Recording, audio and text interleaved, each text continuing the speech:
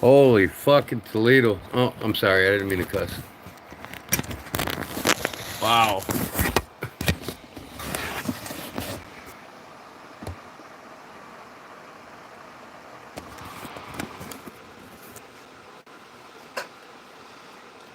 Wow. I'm telling you what, I'm tripping out here.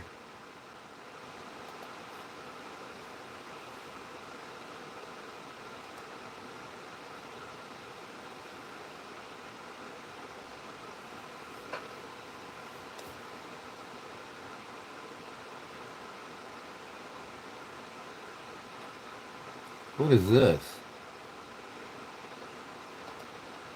Okay. Now what's going on here? You're your channel. Live. Live. Upcoming. Upcoming. Live.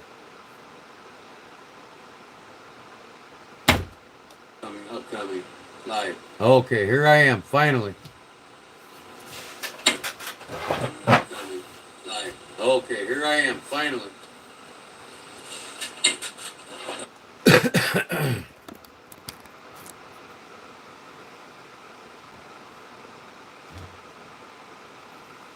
Finally, yeah, I know. I was trying to go live with Louie with the StreamYard again, and I couldn't get my mic to turn back on. Last time I did the Streamlab with all you guys on there live with me, I had the phone going and the PC at the same time. But for some reason on the PC, I can't get any volume. I didn't want to do it on the phone because it's like hard. Can't see shit.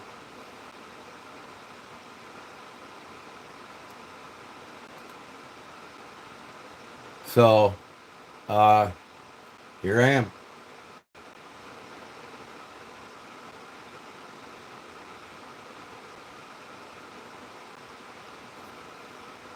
Now, I got to get rid of all these live streams in my studio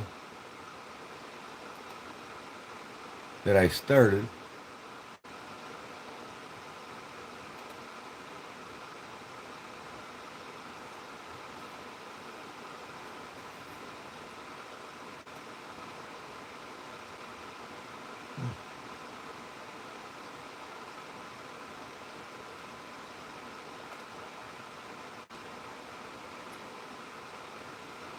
I can hear you now. Yeah, I bet you can. It's my phone.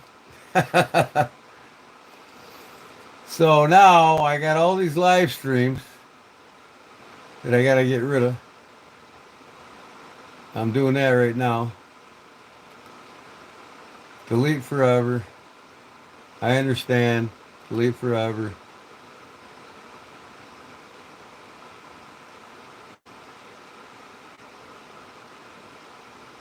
But anyways, all this jacking around they did. Now, like in an hour, I gotta go to bed. Uh, Getting all these trolls now, ain't we, guys?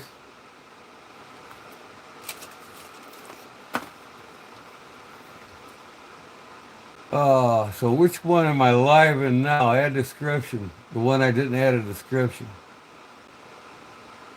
So this one, delete forever. Delete forever. I understand. Delete forever.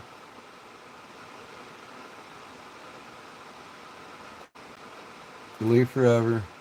I understand. Delete forever. Live with Louie.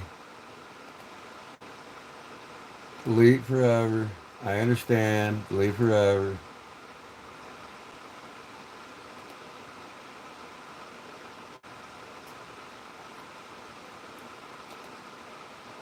Why you got to go to bed? Uh, what do you think? I'm working in the morning.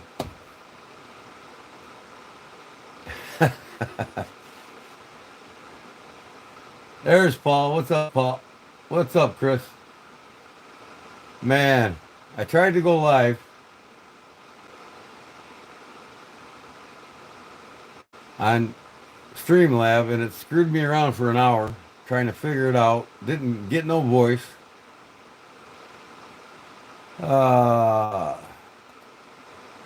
So I got like 8 live streams on my page now that I never made valid, so I gotta delete them all.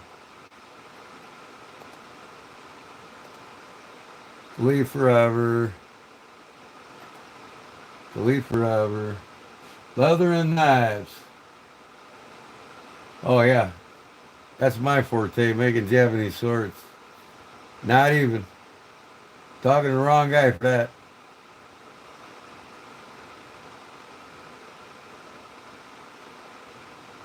Uh, Kodiak Edge is live. Kodiak Edge is live.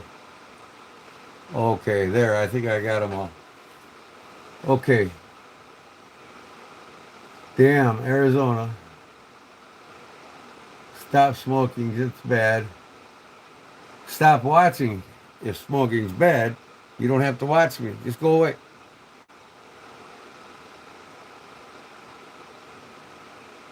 Arizona. You gotta pay me $500. Who's that? Who's gotta pay you 500?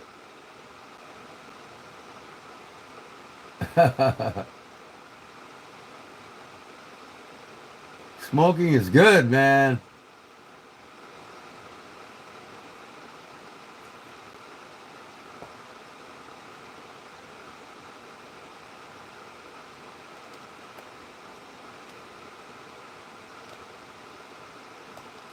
Your food's worse than my cigarettes, I'll tell you that right now. So go eat some food and I'll see you another time.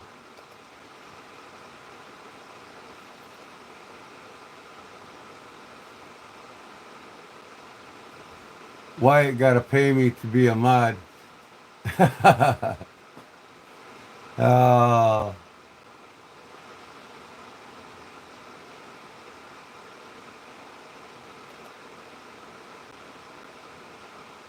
was I just asked the question, why do I like to eat bear meat? You're damn right I like to eat bear meat. Any other questions? Here come the trolls.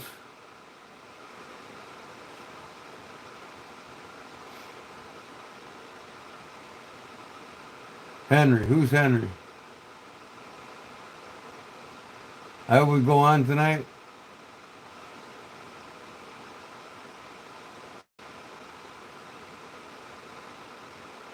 Hey Henry, how you doing, man? That's right. He's a paid member. Thanks for coming in, Henry. I appreciate it, buddy. Yeah. I'm just trying to get... I'm being bombarded with so many trolls. It's like... I'm just making sure I know everybody here. Thanks for your subscription, Henry. I appreciate it, buddy. Helps me pay for my content and my challenges, my free giveaways and everything. Everything goes a long way. I appreciate every one of you.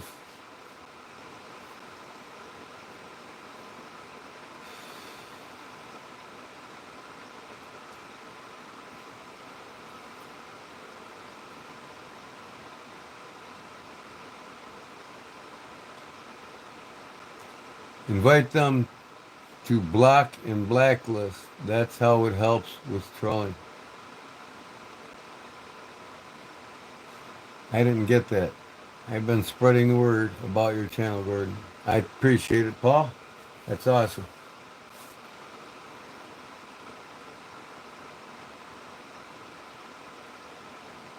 Thanks, Cheyenne. Thank you. Thank you a lot, Cheyenne. I appreciate it.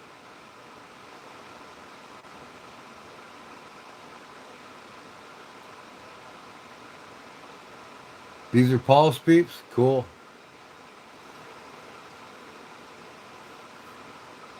Yeah, every night I debate whether I'm going to go live or not. And, you know,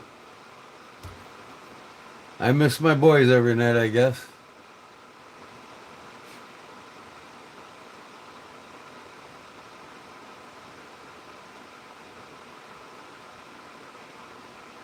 I certainly hope so, Thomas.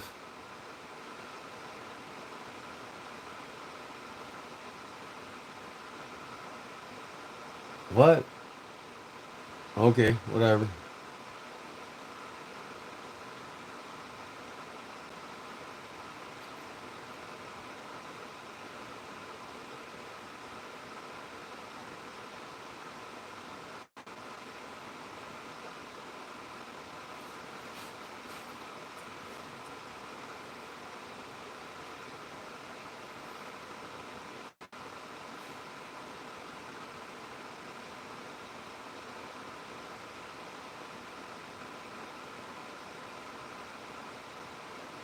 Remove Justin from mod. Okay.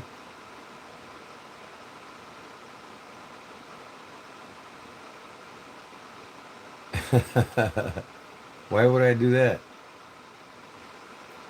He never told me that. Evening, Todd. How you doing, bud? He said to. When?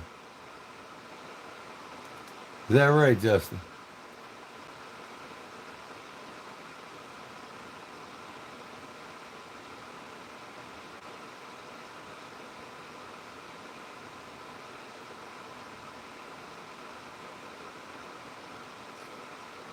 There's too many morons as mods. Which one's a moron? Tell me right now, because I don't think we have any morons that are mods. Which one do you call a moron?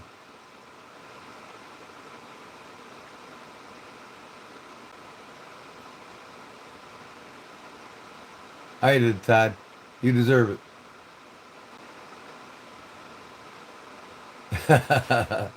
No, I'm not going to boot his ass. You know, I said to the mods before, and I'll say it again. We're all here to get along and do a specific task. You know what I mean? You can't dislike somebody if you're going to be a mod. You know what I mean? One mod can't hate another mod. If one mod hates another mod, then that mod thinks the other mod's doing things wrong or not his way, and it shouldn't be that way. So you don't do that.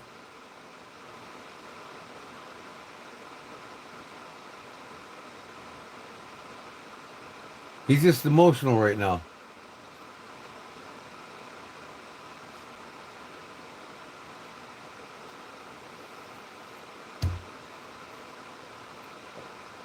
You know?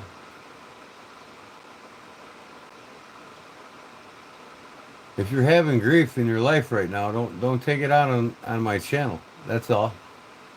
Just get off, go to sleep, relax, and try to get shit straight.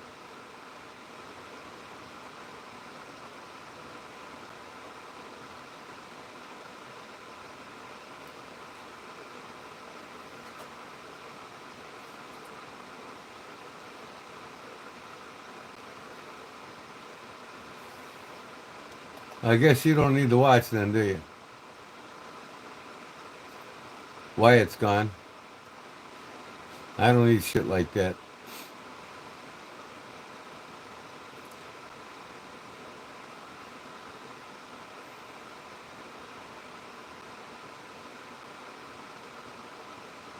You do?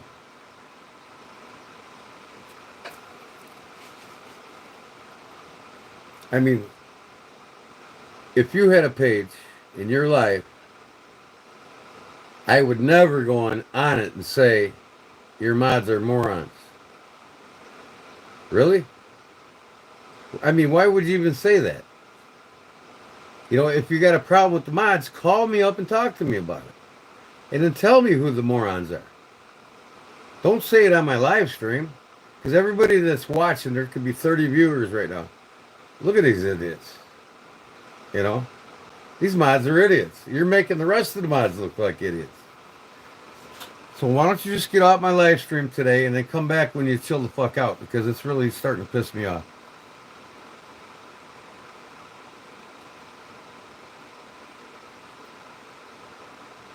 Just get off of my channel, my live right now. I don't want you here. And when you chill out and relax, then you can come back. I'm not removing you from nothing. But if you disagree with some of the mods I got, call me and talk to me about it.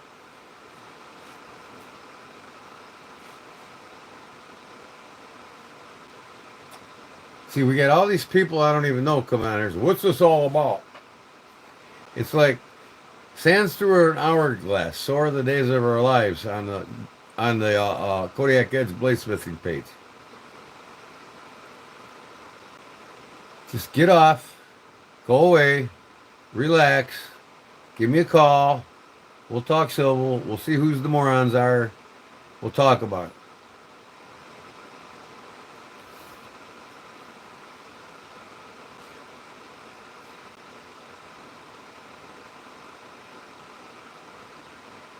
Okay, Paul.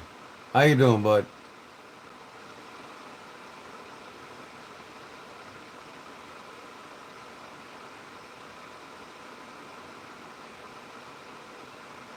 It was really harsh. I mean, you can't say that when the other mods are watching right now. You know what I mean? It's like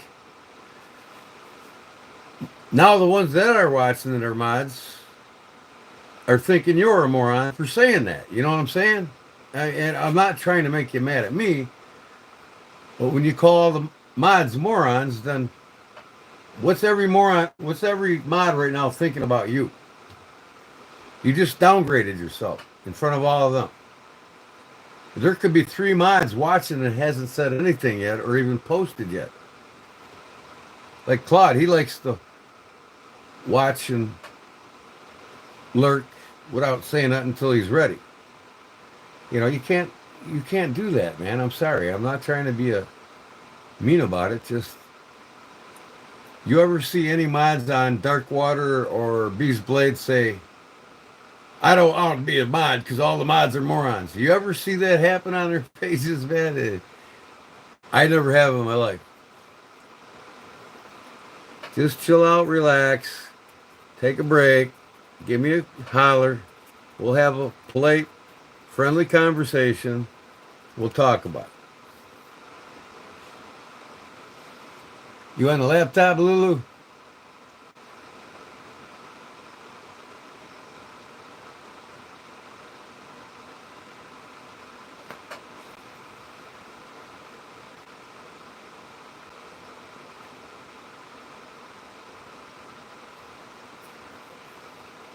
Okay, I'm done with the soap operas. I'm not, I'm not gonna respond to you anymore.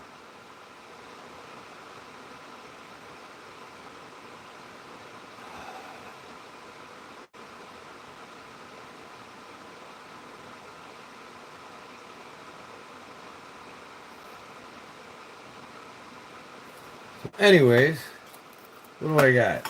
What'd y'all carry today? A little confused on the issue currently happening. Came in halfway to the conversation. It's over with.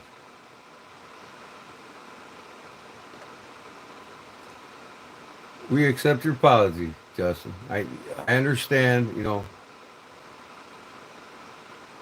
I completely understand. All right. I'll give you a holler tomorrow. We'll bullshit as friends and have a good time.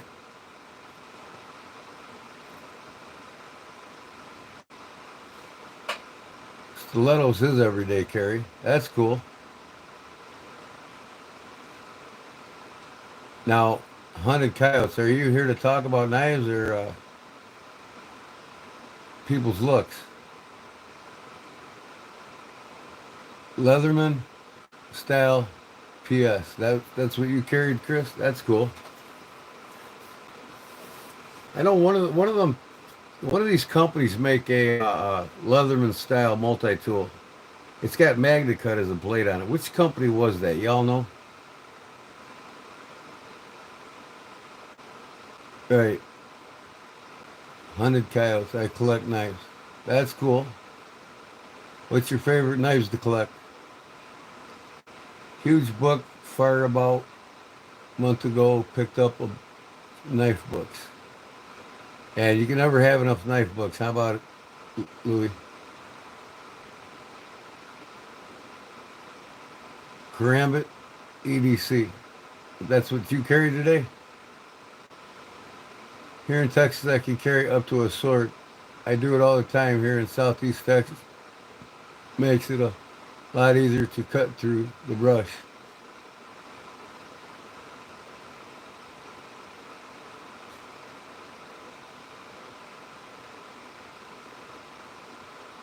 So, Leatherman Arc.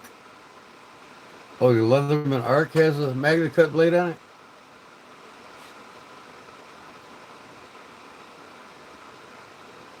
How much more expensive does it make that knife?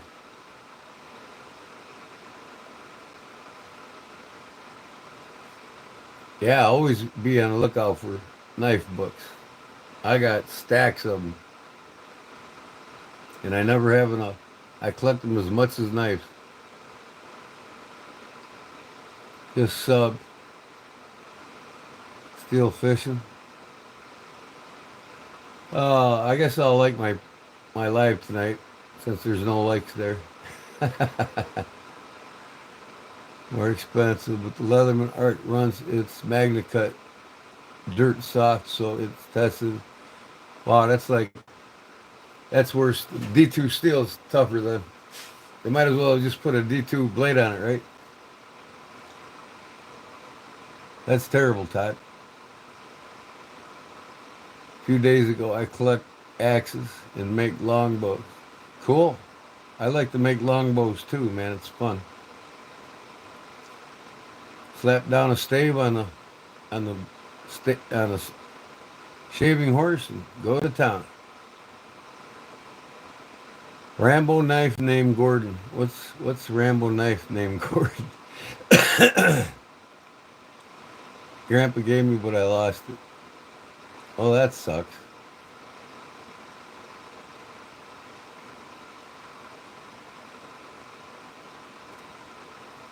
Schwartz ordered that I made myself. I'm actually a bit of a blacksmith, or are you a bladesmith? A lot of blacksmiths don't make swords. Drawing method is asking what the name of the Rambo knife is called. Oh, there's many Rambo knives, and Gil Hibden was one of the designers of the majority of them. You got one for each movie. The last movie was made by a different designer.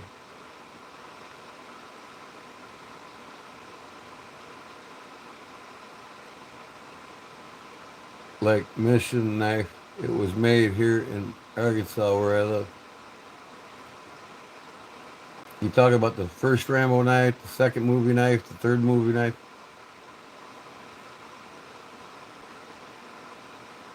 Lyle Mission knife. Okay. That was the last one made, right?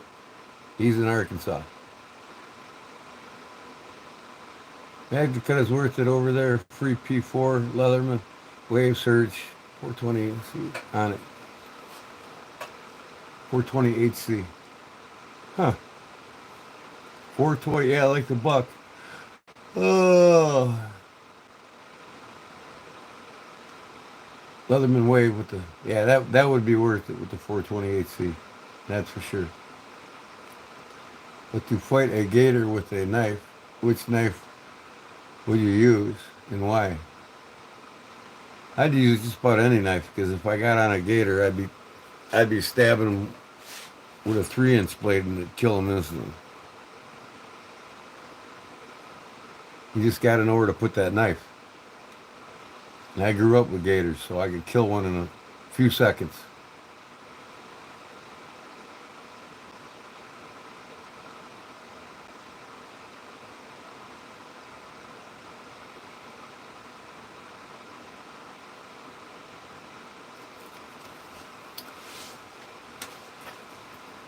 We carried knives with us when we were in the rivers and streams in Florida. We were taught right away the soft spot behind the skull. You stick that knife in there and shove it in, and he's dead.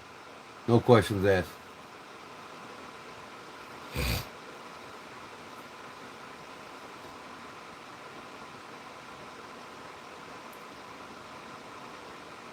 That's what I just said. You're absolutely right, Todd. Snap blade to put it down. That's right. See, Todd agrees with me. He knows what's up too. It only takes a small blade to kill a gator if you know where to stick it.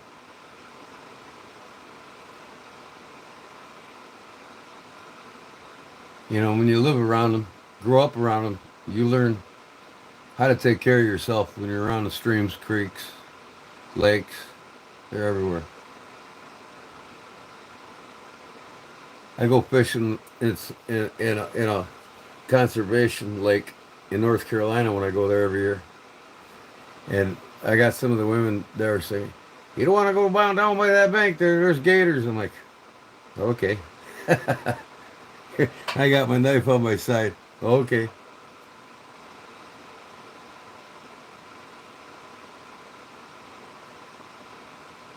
Yeah, out of a rifle, you know, a 22's all you need. Out of a knife, a 3-inch blade is all you need. I've killed lots of them, guys.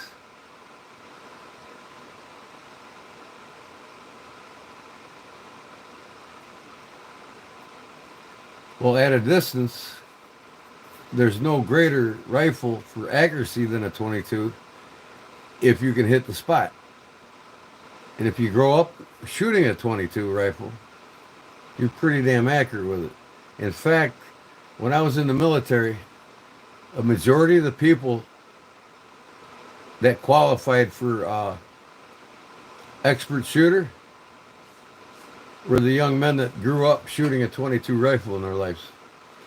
All your greatest sniper shooters grew up shooting a 22. They were deadly accurate with a 22 before they even went in the military.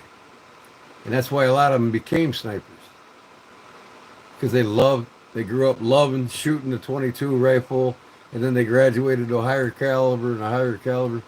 But man, if you're deadly accurate at 500 yards with a 22, you can hit anything with a much bigger caliber rifle.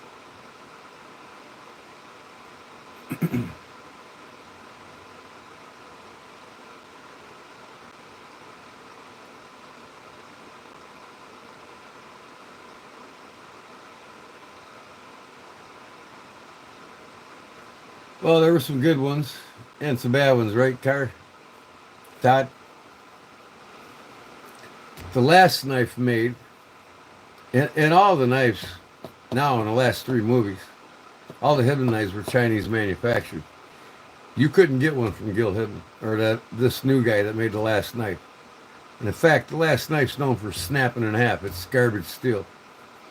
You know, if you want a Rambo knife, get Hidden to make you one, but it'll cost you $3 to $4 grand, and it'll take you 3 to 4 years to get it. You know, all them Rambo knives that you see that are being sold, mass produced, they're all made in China, and they're all junk. Really, it's just a movie prop thing that people just got to have a Rambo knife. I mean, if you get them, put them on display and leave them there. Never use them. You always wanted one, huh, Paul? I can make you a Rambo knife, but it would be made by me and not Gil Hidden. But I can guarantee the 1095 I use on it will be tough as nails and cut nails, and the blade won't snap.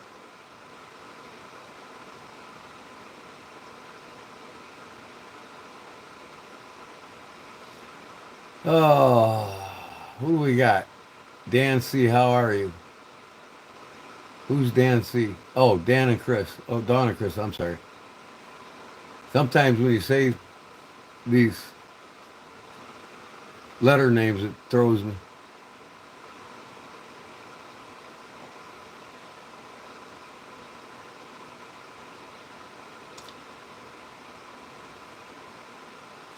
Down the road, I may do that. Well, we'll get you that doctor's knife first, and we'll go from there.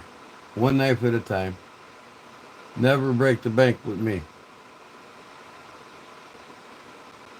Whenever you're ready, I'm more than happy to make any custom knife you want.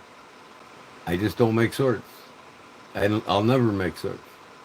It's not my forte.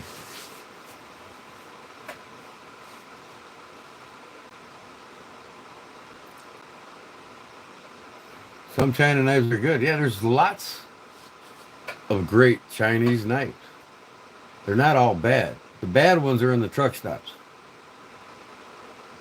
You know, the Chinese knives offer the opportunity for people with the lower income or middle income budget to be able to afford more knives or decent quality knives that perform. Right, Todd? You know, and then Savivi's got their cheaper brand, Suncut. So you can get a Suncut for $29, you can get a Civivi for $49, or you can get a Wii for $149.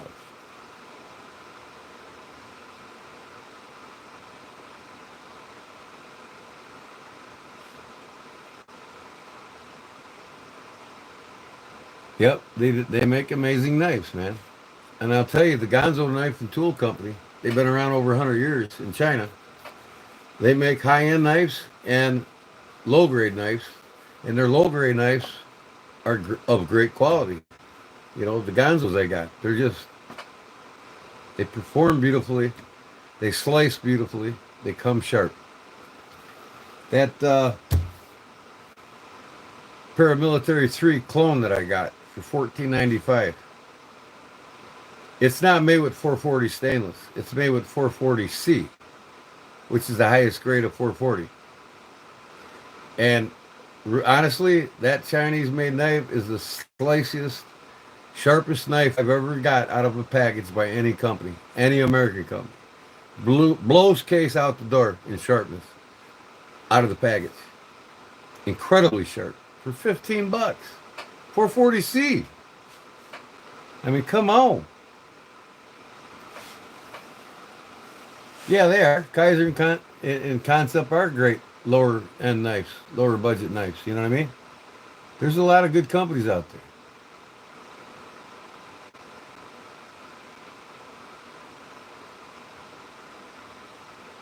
Now, like I said, I'm not here to talk about swords. I don't make them and I don't care about them. But as far as the Japanese swordsmanship and the creation of their knives, they're the masters at it. It's a sword. That's their thing. They have 3 different steels that comprise up one samurai sword. You know, 3 steels. One's for the edge cutting ability, the other's for the backbone toughness, and the other steel's for the spine. It's toughness, actually. It's strength to keep the blade together.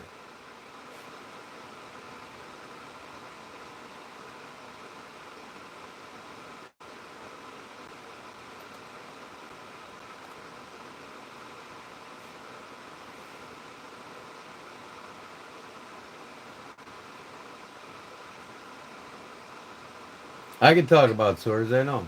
And I just did. I explained some shit to him. You know, he wants to know about swords, and I told him about it.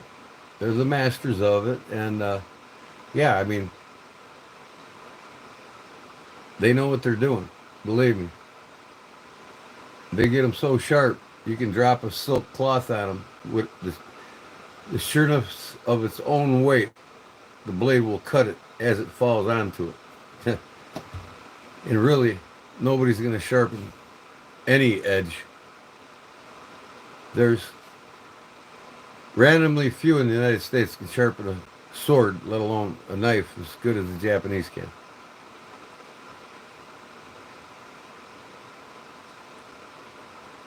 Well, yeah, I mean, the same concept is used with making regular, you know, regular knives. You can integrate 3 different steels in a knife to serve a purpose. One's for its sliceability, the next for its the middle layer. See, you look at it like this. A Japanese samurai sword is a different steel for the cutting edge. Okay? That's comprised on 3 layers, 1, 2, 3 down the whole knife. And the middle layer is for its toughness, and then the top layer is used for its strength. And the way they integrate the metals together, and there are some knife companies, regular knives, that are made the same way. You know, you can maneuver metal in knives, you know, to get its molecular structure or the ferrites super fine in one area and not so fine in another area, making it tougher versus harder. You know what I mean? It's a science. And there ain't too many knife companies that are doing it. But a true samurai sword maker does it every day.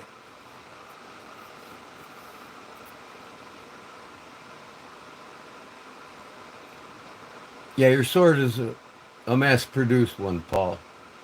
Mass produced swords with mono steel, if it's a samurai, is a mass produced one. It's typically all samurai swords that are made in Japan by master smiths, bladesmiths, are made from 3 different steels.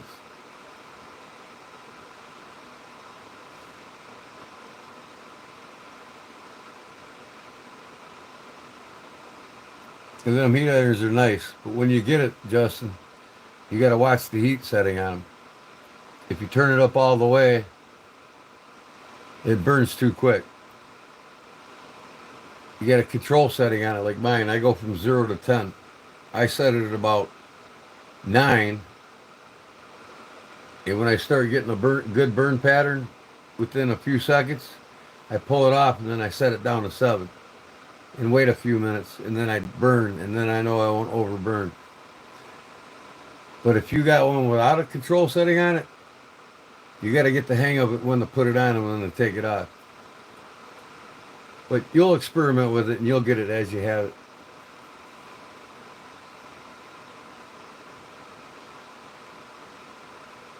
Why do people say that? I mean, go away. Especially a guy. It's probably some 10-year-old. Mom didn't get enough mama's attention again. I'm cute, ain't I? Well, Paul's gone. Sorry, Paul. I'm not your type.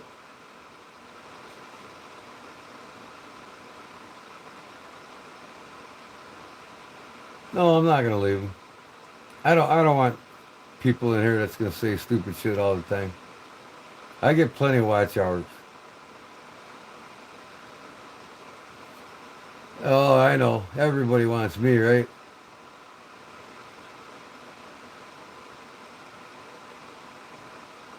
Yeah, I'm sure he's gonna. He's gonna jump right to that top level.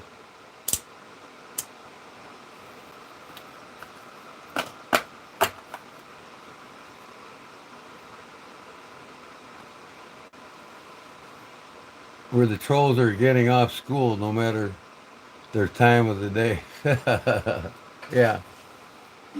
All the 10 and 12-year-olds that ain't getting attention from mommy and daddy are trolling the internet. I gotta split my screen here. I gotta see what's going on in this world. Oh, shoot.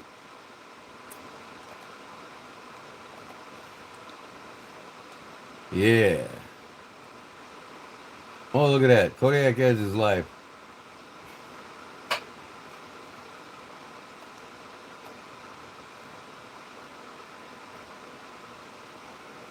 See, here we go again about the smoking. Smoking is wonderful for you. The food you eat, not so wonderful. And I'm sure you got the greatest diet on earth, buddy.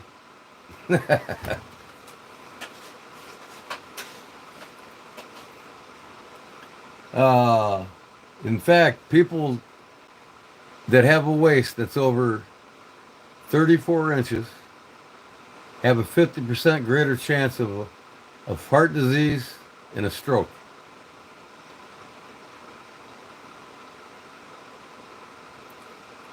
And or a heart attack. 50% greater chance. My waist is under 34.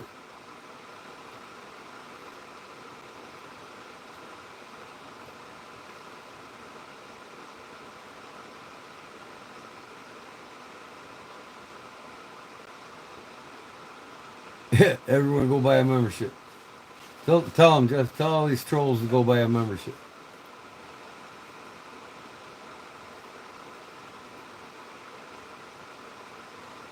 You nailed it, Todd. Here's my motto. What I always say: if man makes it, it's gonna kill you. If nature makes it, it's gonna cure you. A lot of people don't realize this either. A lot of people think going to Subway or Jimmy John's, all these sandwich shops, is a healthy alternative to fast food eating or eating out. Nothing could be truer than the total opposite.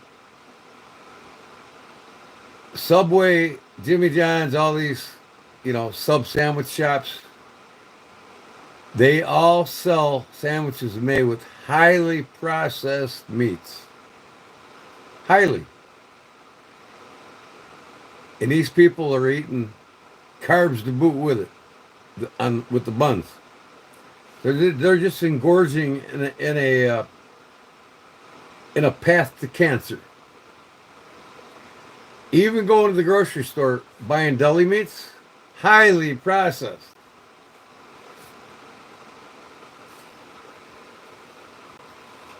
Right. But it's, yeah, carbs, salt, the glucose. Cancer can't thrive without glucose. It can't. It's its main fuel source.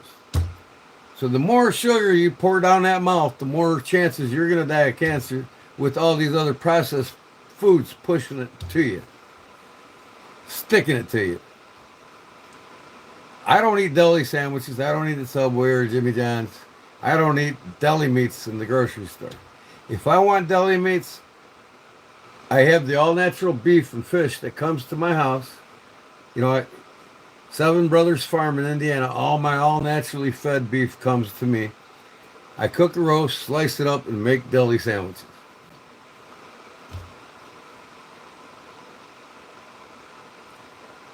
People that work at Oscar Mayer, they tell you all the crap that's in it, huh?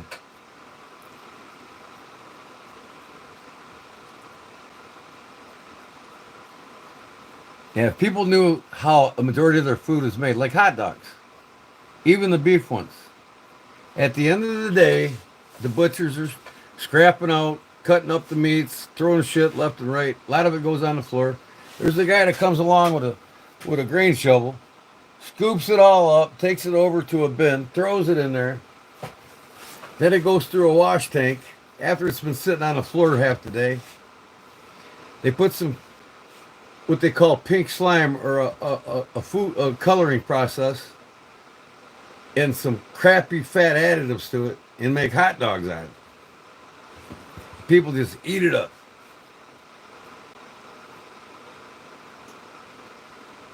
Yeah, look at Jared. Right. That's a prime example, right? Now, I make my own mayonnaise. I make my own dressings for my salads. I make my own butter. I make my own whipping cream. I make my own ketchup, my own barbecue sauce. And when I make it, I can it. So it's good for 10 years. When I'm ready for another jar of ketchup, I go in the pantry and get it. Yeah, I want a good Chicago dog too, man. But there's some things you can't avoid, like hot dogs. You know what I mean? Not all companies do the grain shovel, but man, you're not gonna beat a Vienna beef hot dog that makes up what is called the Chicago dog with some celery salt on it, pickle, onions. Oh man, and just mustard. Leave off the ketchup, the high fructose corn crap. Because Chicago dogs don't have ketchup on it. Nope.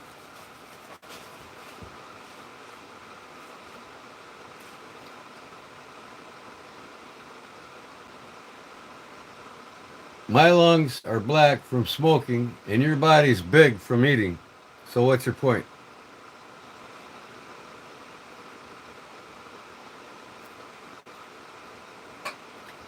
I quit smoking tomorrow. Did you say I do, right? Say I quit smoking tomorrow. My lungs are totally capable of repairing themselves in 7 years. Completely. My parents smoked till they were my age, 60. My dad's 85 and my mom's 81. They don't cough and hack. They move just fine. And they haven't died yet. And I plan on quitting this summer. I'm going to hit the mountain bike and get rid of it.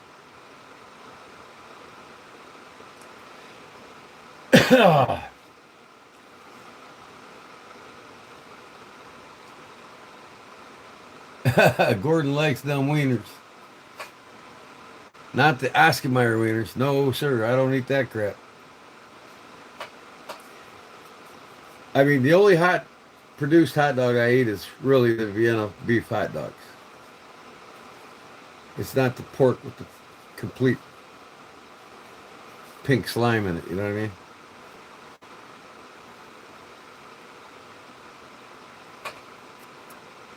I got friends that smoke for the same amount of time as me, almost 30 years, and they cough and hack constantly. Why don't I? Because I stay in shape. I'm physically moving every day, non-stop. I'm like a clock that don't quit ticking. I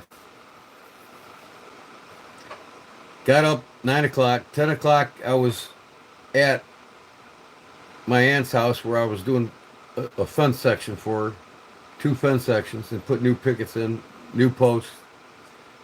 Finished that up today by noon, and then actually about 2 o'clock. And then 2 o'clock, I went to my other buddy's house that was just down the road, and this is a half an hour from my house.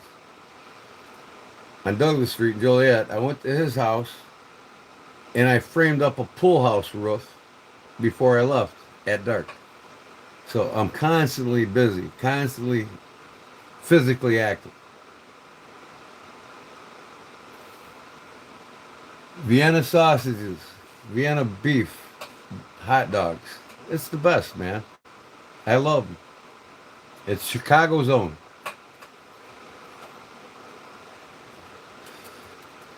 You're not going to get a better pizza, and you're not going to get a better hot dog than you do in downtown Chicago.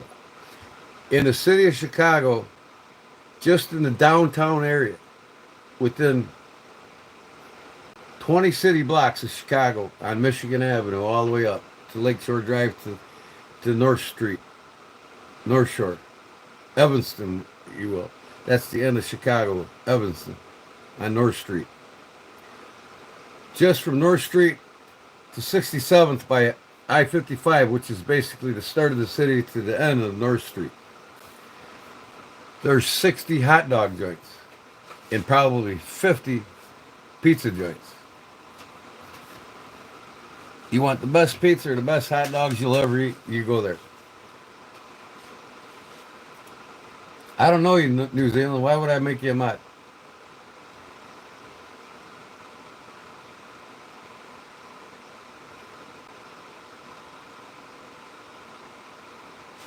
Oh, you gotta love a good chili dog too, yeah. Yeah. With some canned Hormel, right? Highly processed Hormel, man. Let's put that on that dog. Let's make that dog even worse than it already is. Huh?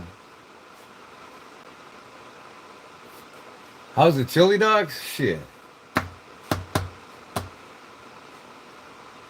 If it's a Chicago dog, it can have chili on it. It could have taco meat on top of it. Whatever. If it's made in Chicago, it's the best dog you're going to eat. Chili cheese dogs all over Chicago. Unbelievable. And they make the best tasting chili. Oh, man. Now you're making me hungry.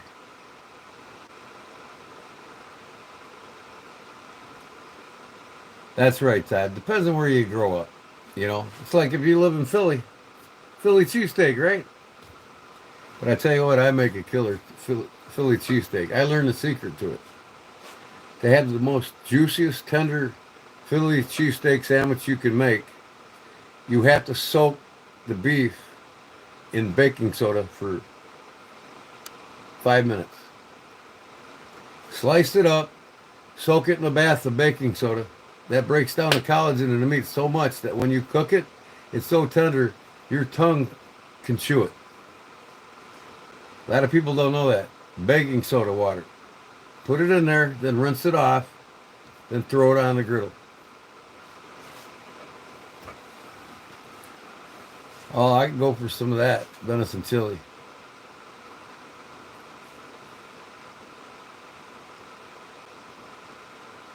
Sinatra? I thought Sinatra sang in New York.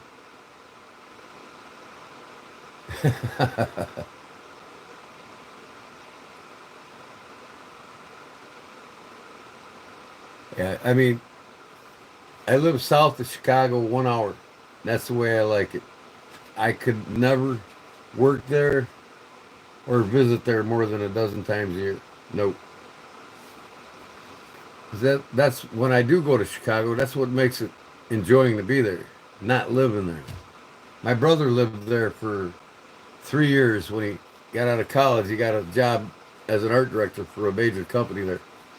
And he lived in the North Street Beach area on a high rise.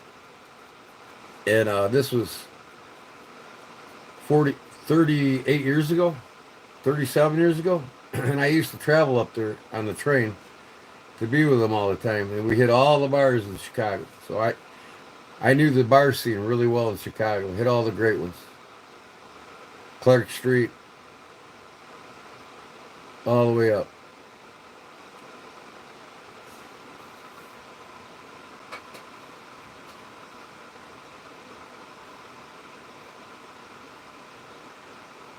Exactly. You know, the Chinese know what's up. Yeah, you want to make meat tender, you give it a bath of baking soda for 5 minutes. That's all it takes. And then when you make a Philly cheesesteak with it, people be like, "Man, what is your secret? How did you get this so tender and juicy?" That's the secret. I just exposed it to y'all, and you won't know until you try it.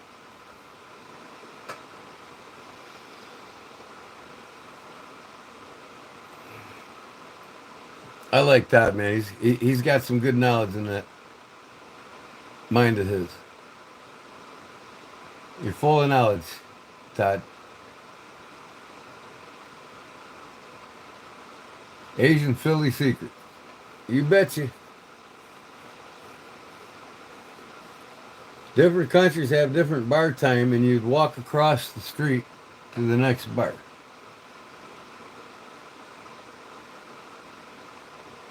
What do you mean? The one on the one side of the street shuts down and then the other one opens up? Is that what you're saying? Makes sense. I've never seen it before, but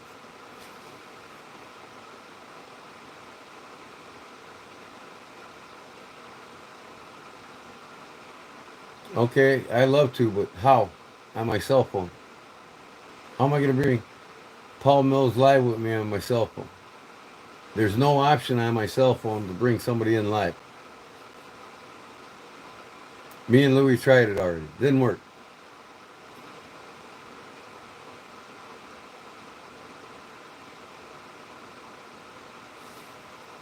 What's the weirdest meat you've eaten?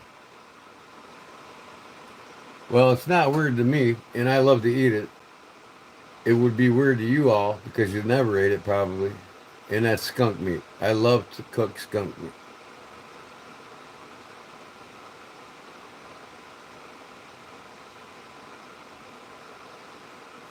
Down in Chicago area, what's that, Chris?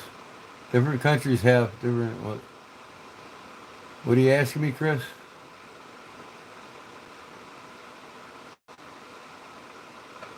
Yeah, I've had beaver, and it's actually pretty good. It's not my favorite. My favorite wild game to eat, without a doubt, hands down, is elk. I absolutely love elk. It's leaner than chicken, healthier than just about anything you can eat. And when I cook stew with it, my wife's like, "Oh man, this is so good." She loves it. She don't like wild game.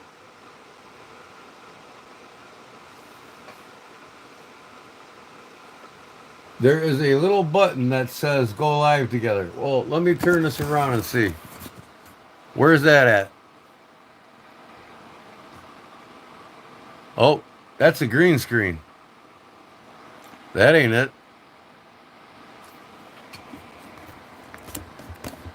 Let me try this again.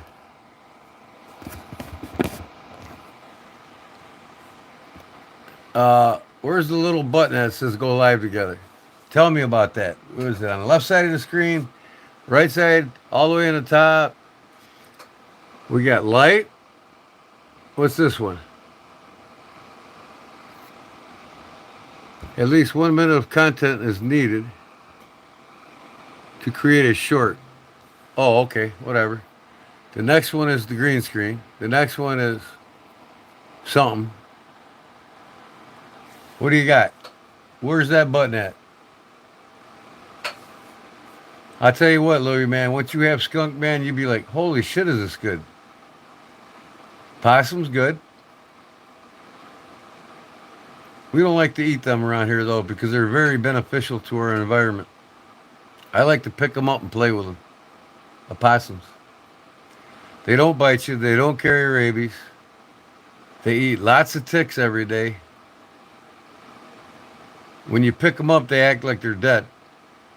And then after about a minute or two, they come back and see you're still holding them, and they actually let you pet them. They don't bite you. I've actually had ostrich too at a wild game feed. I had to try it. I go to a lot of wild game feeds. Caribou, I bet it is. I haven't had caribou, Ted. I heard it is amazing. You know what's leaner than elk? Elk is leaner than chicken. And what's leaner than elk is moose. You know, you think the bigger the animal, the tougher it'd be? Nope.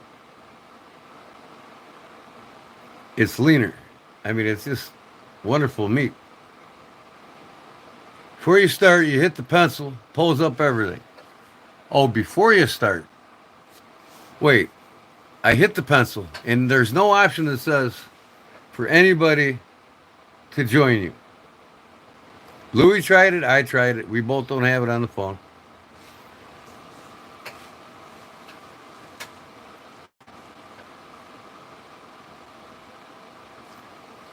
I don't care for eating raccoon. It's not my. I'll tell you one is disgusting that I do hate eating. Oh, what am I doing with my camera here? Sorry about that. I do hate eating, and it's awful. Is wild cat. Oh my God, cat is so terrible.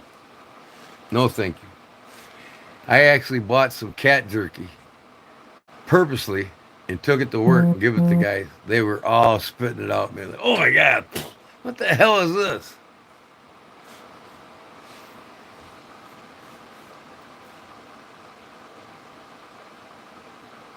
But thank God for PETA. And I couldn't believe American companies were doing this. Okay.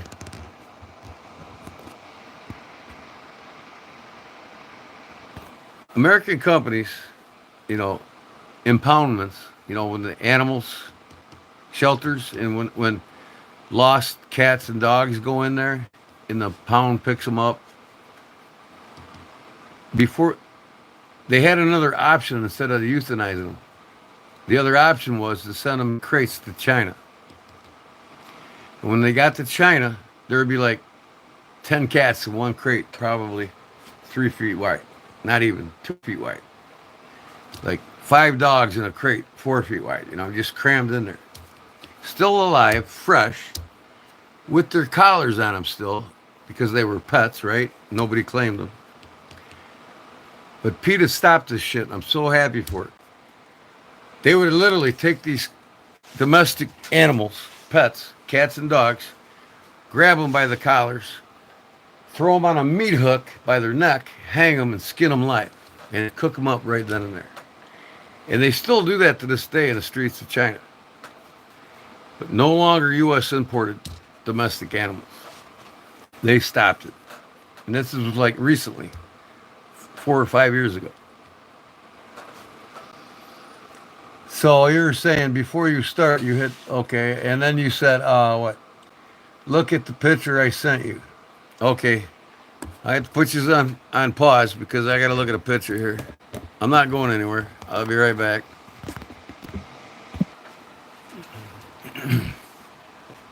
There is there is no invite guests at all on my phone in YouTube. And why is that? You have it and I don't. Why is that? Because me and Louie were both looking for it. We couldn't find it.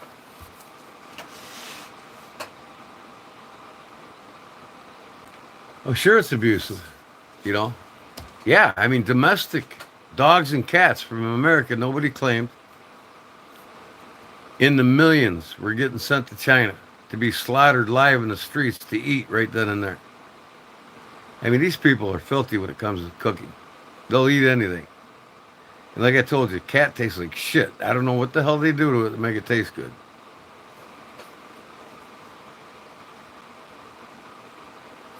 Oh, you've seen the video too, huh, Alex?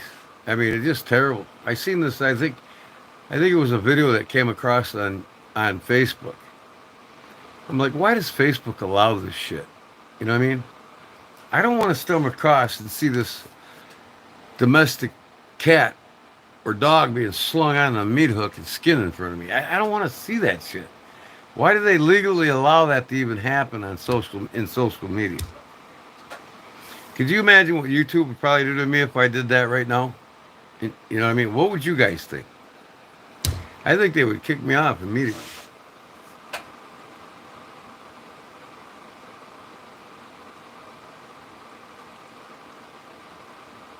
It's okay with a cow or a pig? Well, there you go, bud. A cow and a pig is not a domestic animal. It's an animal that's raised for consumption. Dogs and cats are pets. They're loved ones, part of the family. When a farmer farms and he's got cows and sheep and hogs, none of them are his pets. They're there for a reason. They're there to eat. They're only born because we raised them to be alive. Okay? Now, humane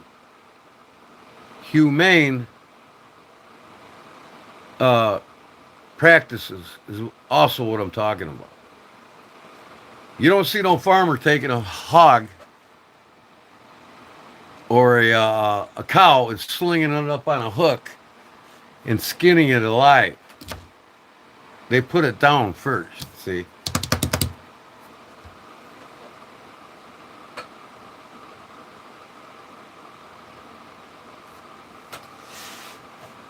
Yeah, they do. And you know what? There's also laws in China where you're only allowed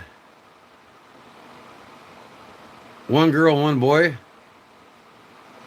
So if you have a boy and they want a girl, or no, they have a girl, but they want a boy to keep their genes going, their family going, they'll have a girl and then they'll have another girl. But they're allowed to have one of each, one girl, one boy. So they'll take the second girl and they'll throw it in the dumpster. You know what I mean? So their chances of getting a boy is still there.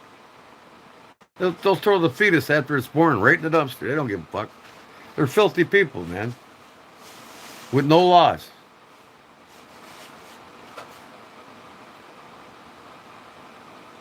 Buy a membership, Skylar.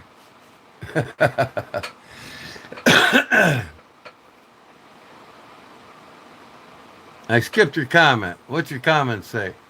When you click the button, then it gives you a link to send the person. I already know all that, but there is no button. That's what I'm trying to tell you. There is no share live with anybody. I've looked at everything. I clicked on everything. Nothing shares my live with anybody.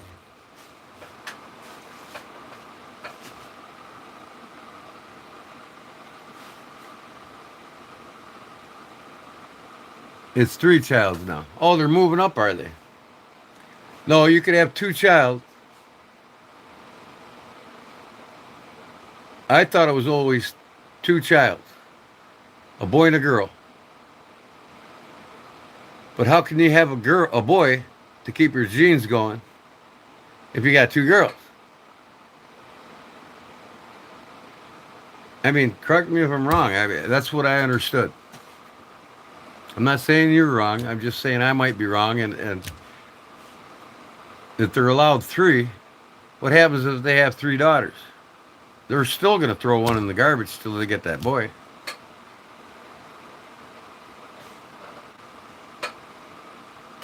I did it on that Streamlab that I was using.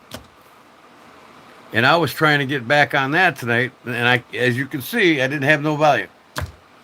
So I'm going to spend a whole day not being live, and doing it private and figure it out. I got to figure it out. I'm paying $80. No. I'm going to start, I think after this month, I'm going to start paying $80 a month for it. But it was the easiest one I could use, user friendly, and I like it. But there's something up with the mic. I got a mic, but I don't have an adapter to put it in my PC. So I'm going to get that adapter so I can hook up mic on my PC and have much better sound than how you're hearing me now.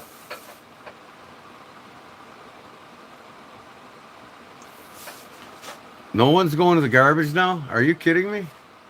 What do you think they do with abortion clinics when they take a 3 to 4 month old fetus out of the womb? They throw it in the trash can behind it. They do it in America. It's done every day. A live fetus, pull it out, throw it in the can, it's dead. Well, it ain't dead, but it is dying in the trash can.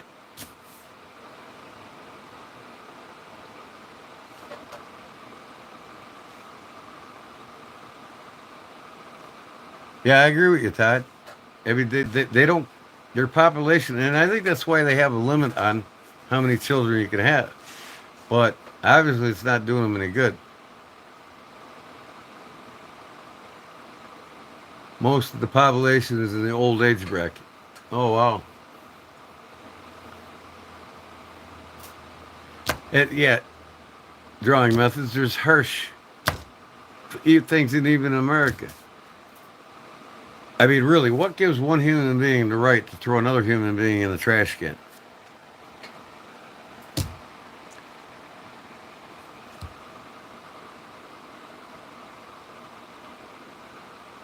Oh, so they kill it before they pull it out of the body and then throw it in the trash can?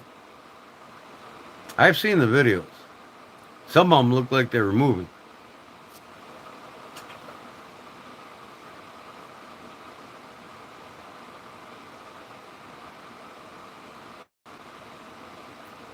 Turn your phone around and ask like you can make a live on your PC. I don't get it.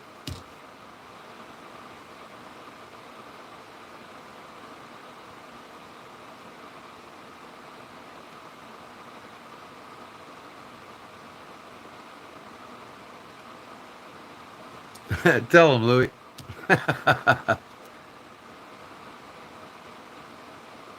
But I wish you luck in everything you do, man. Okay, see you later. Adios.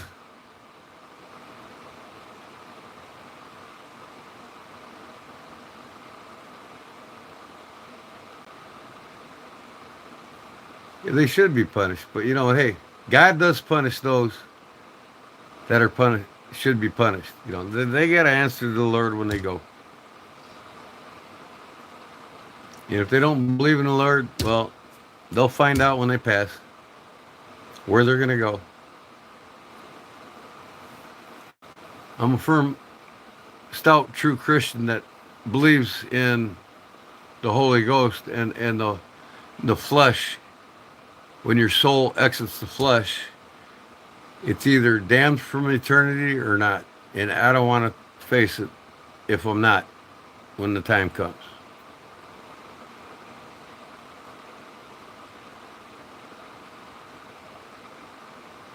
I'd rather have my soul in eternity here on earth, and my body exits hell on earth.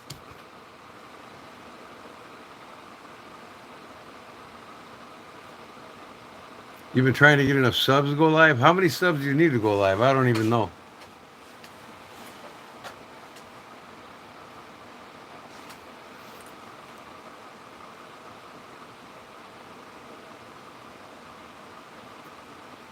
They go in with the machines that rips the body apart into pieces and chunks, then it is sucked up by a small hose, basically. In some clinics, not all of them. In a majority, probably, of clinics. Some of them just, some clinics just pull them out. You know, it's all about the money. The less they can do, the less expensive it is. Some of these abortion clinics are not all that everybody thinks they are. And they don't all follow the laws and the rules because nobody's watching. And nobody that works there is going to say a damn thing about it.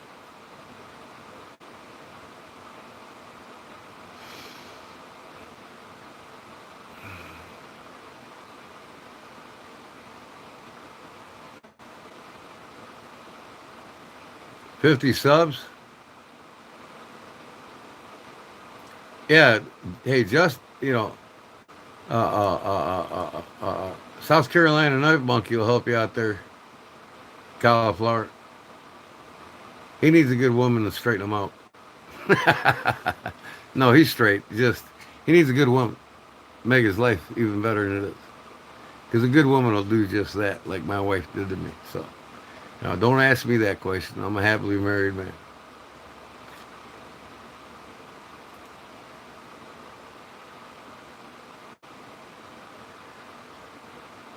My friend Justin will help you out. Man, get off this live thing, Justin. It's not going to happen tonight. I'll be back on Streamlab probably Sunday.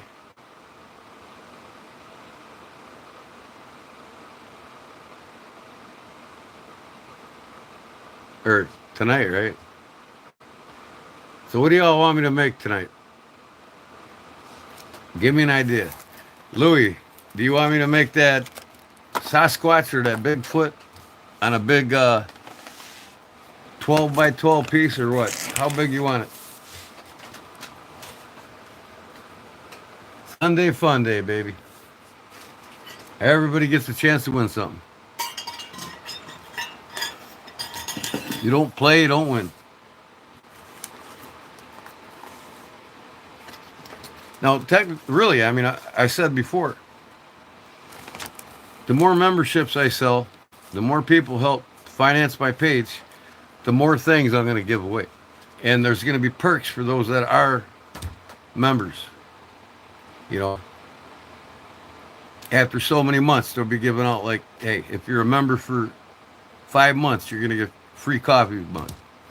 If you're a member for 6 months, a month later, you're going to get a t-shirt with that. You know what I mean? The more members I have, the more I can give the members back in return.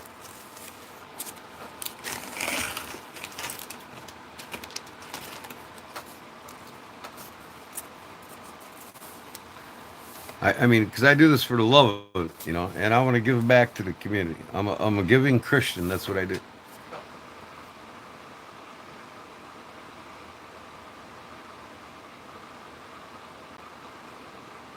Yeah, Louis on a roll. He wins everything, right? What's up, John? I see the trolls are starting to leave us alone a little more, though. Well, I hit my first goal, my first biggest goal achievement, 100 subs a week. I'm working on and watching this fellow that's teaching me how to get 100 a day. So that's my next biggest goal, is to get 100 subs a day.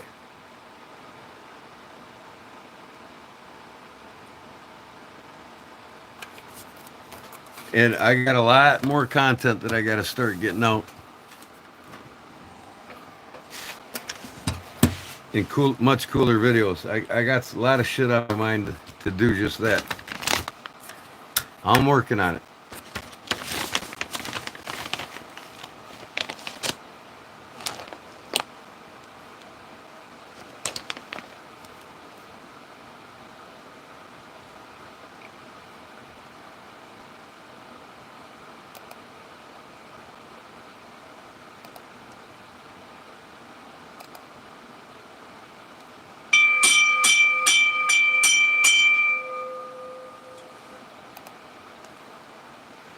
Thank you, Drawn Method. Appreciate it. Well, appreciate it, buddy. Drawn Method with a super $5 membership. $5 donation, I think. Something like that. Cho cho. Choo choo. You're welcome, man. I got a lot of great content if you just became a member. And go back and watch my Sunday Fun Days live, man. You'll enjoy it. I'm trying to do things that most knife community channels ain't doing. And that's to share, to give back, to care, to show how all this stuff's done live.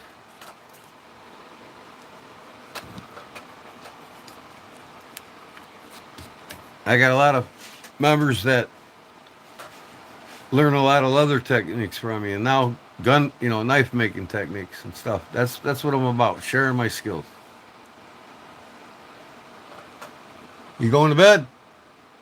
Well, good night.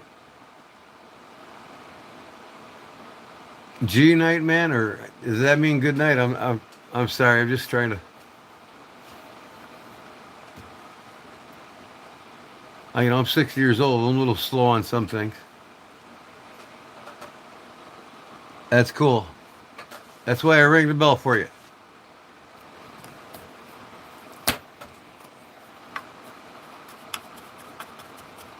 Awesome.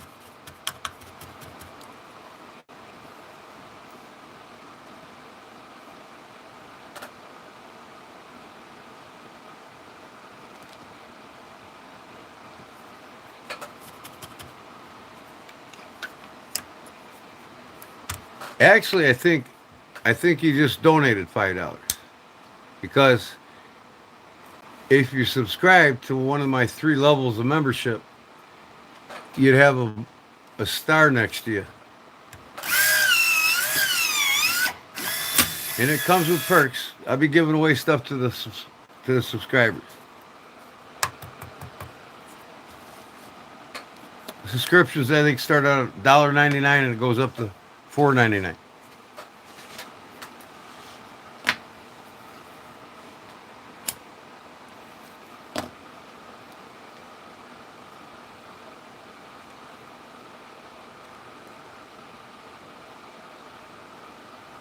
See the people with the blue stars next to their name? They're actual subscribers, and that's what you'll get next to your name when you subscribe.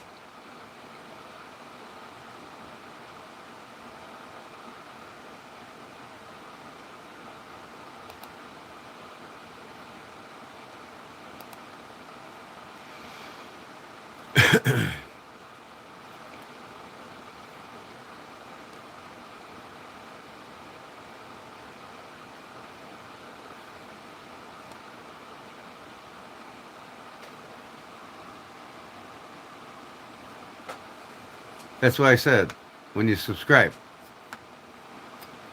Oh, okay. Memberships. All right. I forgot about the membership thing. He's a member. Okay. I got you. See, it's new to me, guys. I'm learning all this platform. I mean, it's not every day that I've been monetized well on YouTube. You know what I mean? And I tell you what, if you become monetized, there's a lot of shit to learn.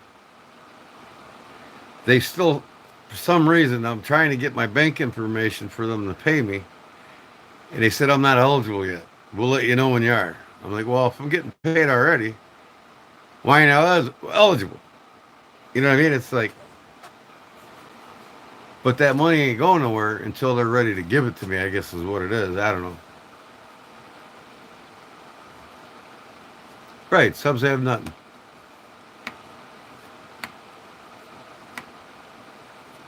Members have the gear. Drop. Not stop.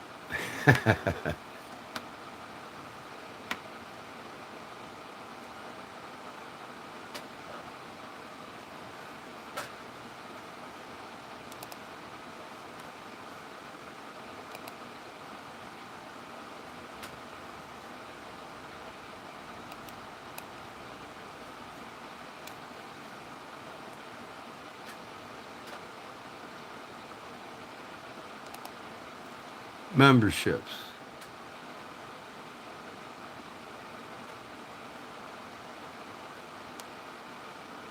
There's Fat City. Missed you yesterday, Fat City. Where the heck you been, man?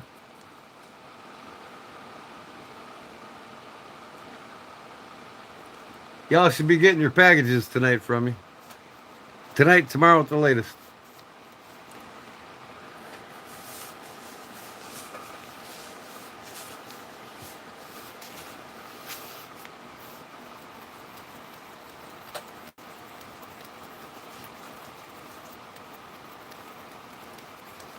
Who been in timeout?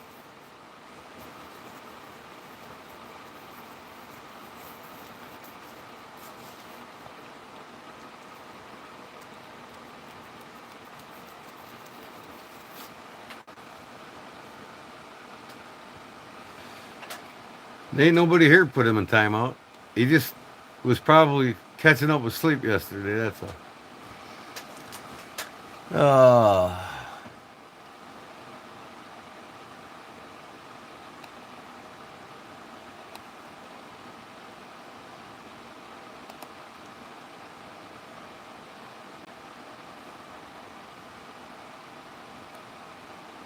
Ooh, I'm going to break 1,800 subs tonight. That'd be cool. Yo, what's up?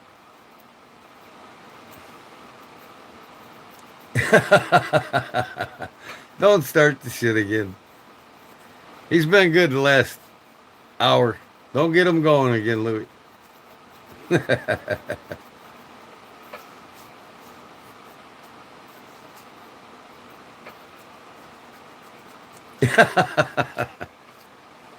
Don't make me laugh, man, because then I show no teeth.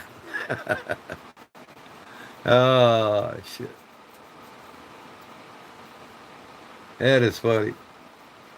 Does someone need my name and address, last name? Oh, yeah, he got it, too. He just needed your name. He just needed your name, that's all.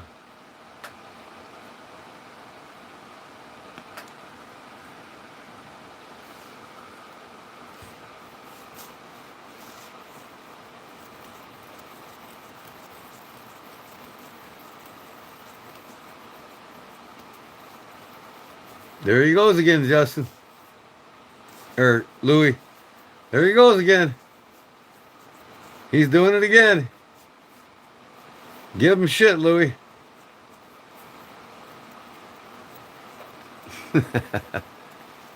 North Carolina, baby. My second home away from home. Last July we were there. We looked at modular homes. I'm gonna get 10 acres there to start. I'm gonna buy the land this July when I go again. And we're gonna put a modular on it.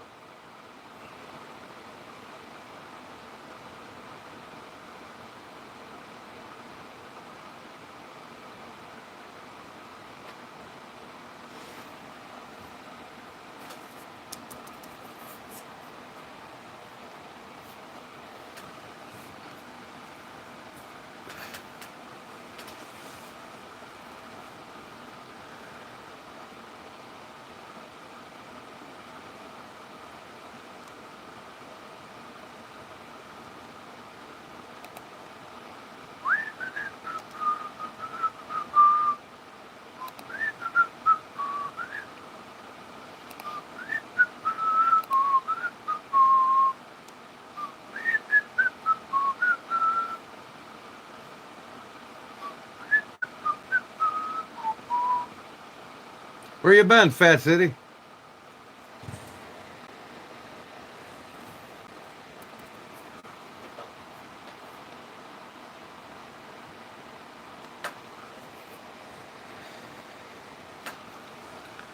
Fat City.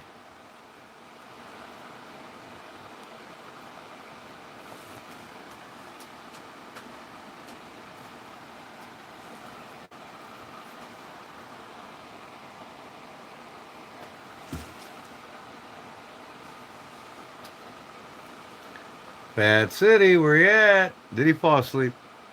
There he is. Would you look at that? Your old account got hacked. That's no good.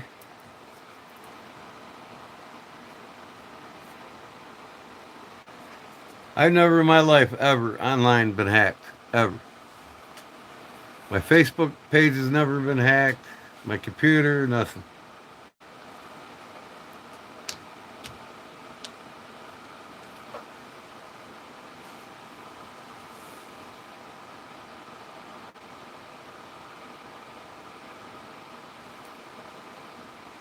Oh my God.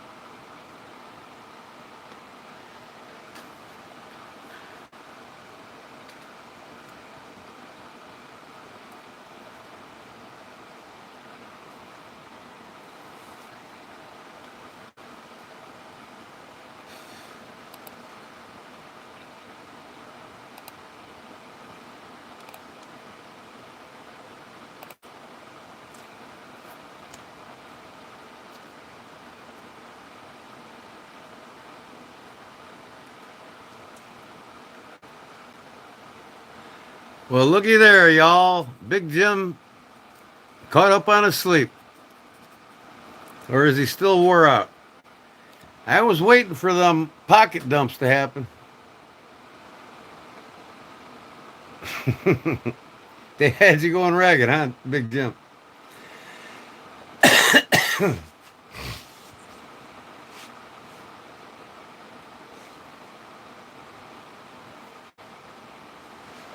You're welcome.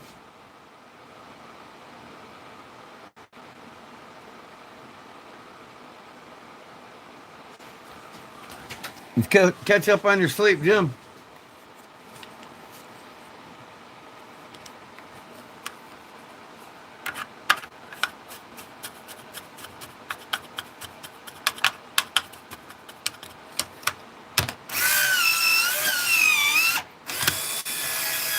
Well, Daniel, if you're 9, you need to go to bed. You shouldn't be up so late. If you was my kid, your ass would be in bed.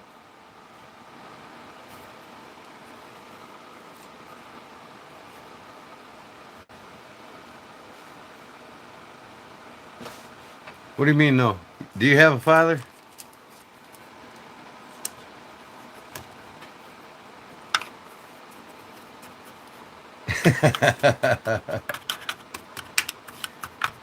I can't remember last time I had a good ass whooping by a 9-year-old.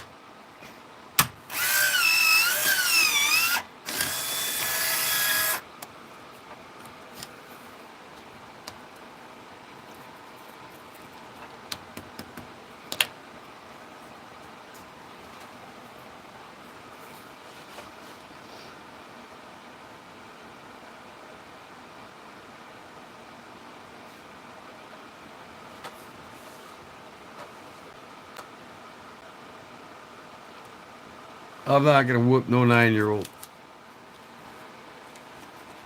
His daddy needs a good ass whooping, though.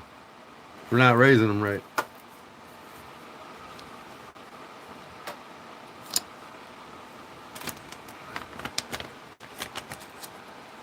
But like most mothers, they're divorced. They don't know the meaning of marriage. They don't know how to raise their children right. These 2 youngest generations are done. The young ladies, when they grow up, they don't know how to be women to men, and the young men that grow up don't know how to be men to women. It's all been taken away from them, and it's all planned.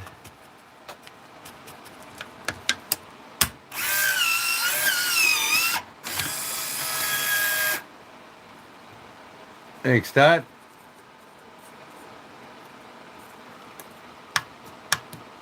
No, that's just what's wrong with this country is feminism. You know, feminism was created as a tool to dumb down our society. It was created by the money launderers, the banks, and our government to do just that. To make the children dumb so they become dependent on a system that they are creating for them. In an image they want them to be based on consumerism. Feminism was created by the banks and by the government to do just that. It wasn't created by women, good Christian women, up until the end of the 70s, or up until the 50s, I should say, when we had the women's lib movement. That was all paid for by the banks. It wasn't paid for by the women, and it was never a concept by women. It was a concept by the banks and the government. They created the movement to dumb the children up. If you don't believe me, look it up. We're in the fourth phase of feminism right now, and it's getting our children dumber and dumber. And you can see it like on halftime show, Super Bowl. Look at the tramps on there. Look at the misled information in the entertainment and the halftime show. It's a prime example of it. It's okay for these young ladies to dress like sluts and look like streetwalkers. It's okay. You can look like that all you want. In fact, you can do whatever you want. You're a woman.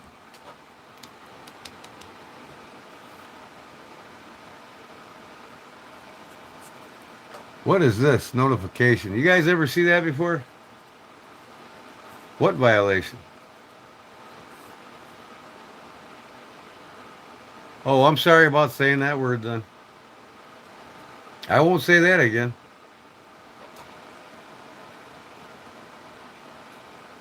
It's not real? You mean there's somebody in an office chair watching everything I'm saying? Like 38 billion people that are on YouTube? They're watching them all, what they're saying? I don't get that.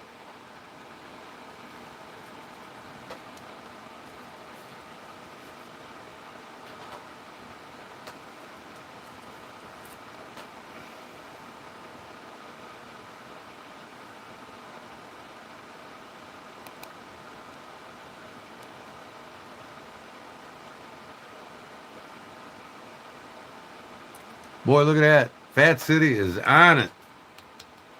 I was getting ready to delete it myself. So it's no longer freedom of speech on YouTube Live? Can't say what you want anymore? Or are them just trolls trying to stir shit?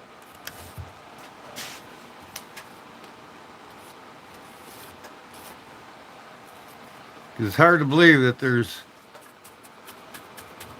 over 30 billion chairs watching everything you're doing and saying. That's what I thought. They sure do look convincing, don't they?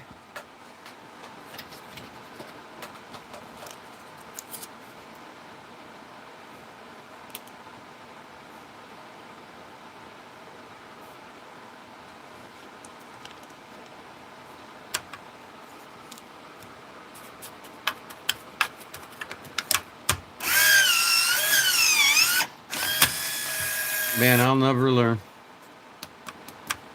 Get up tired again. I'll never learn.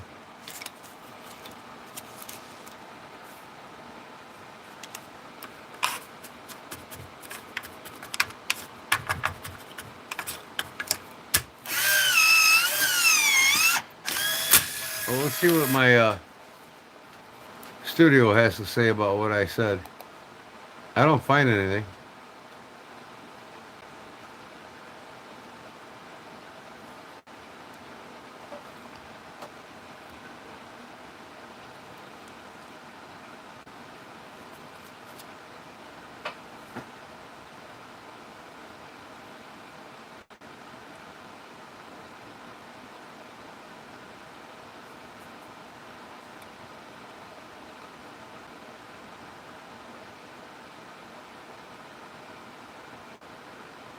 Okay, Louis. That's good to know. I was going to say, there is freedom of speech in this country, right? You just can't pull a gun out in your hand while you're live. And a valid reason why. Hi.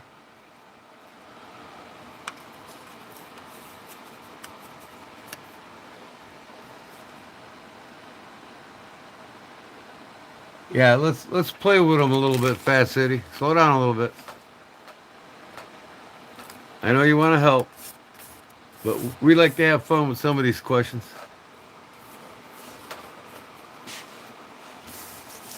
I mean, if it's an all-out ignorant comment, yeah, you know, like a guy saying you're sexy. Come on, man.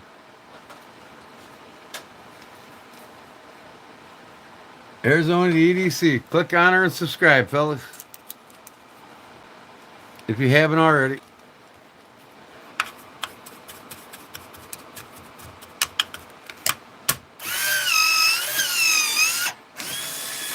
I am pretty sexy, ain't I?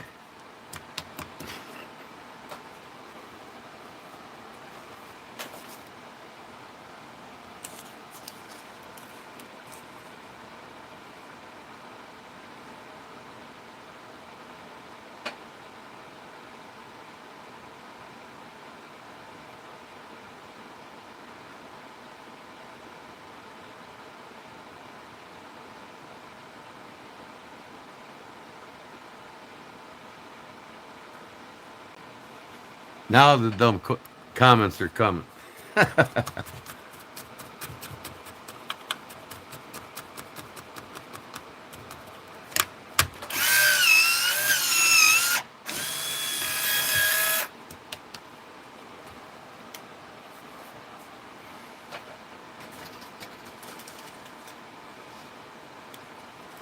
Been a woodworker my whole life.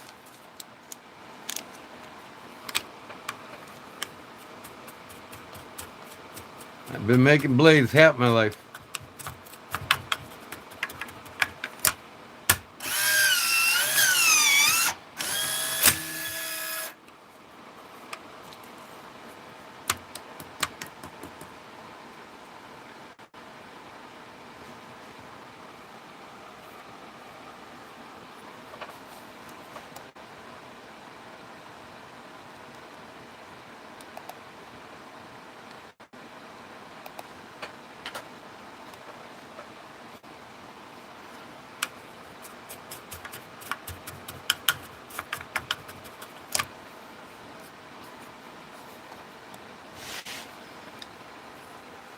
I sell them all the time. What do you want?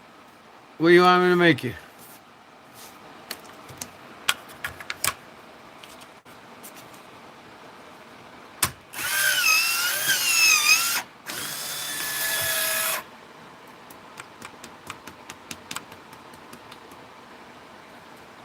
Yours truly, Paul. Fat City.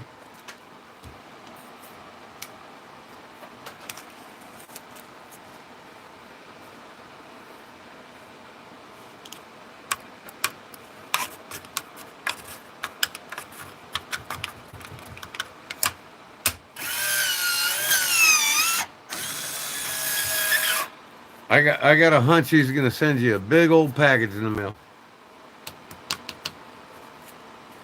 He's gonna super kick up your knife collection. That's the kind of guy Paul is. There he is. His ears must have been ringing. I think he was lurking in the comments just to see if anybody was talking shit about him. Or Justin scared him away about it 2 hours ago.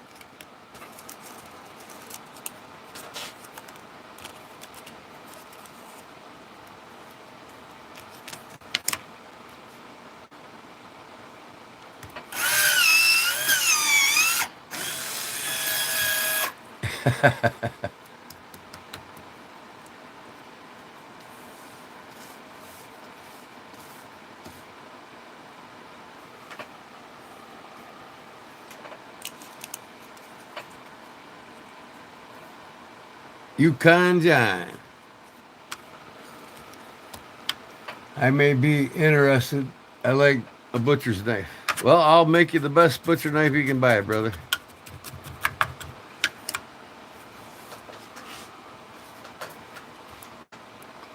My email address is in the links in my description. You can contact me anytime.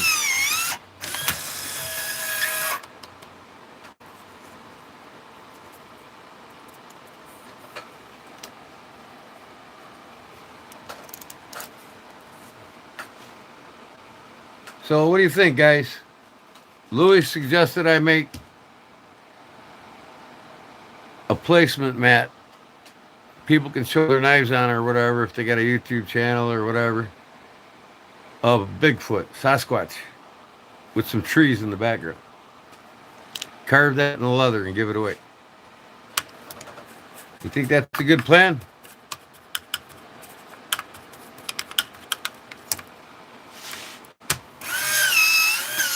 I'm thinking too, Louis. I'll do it.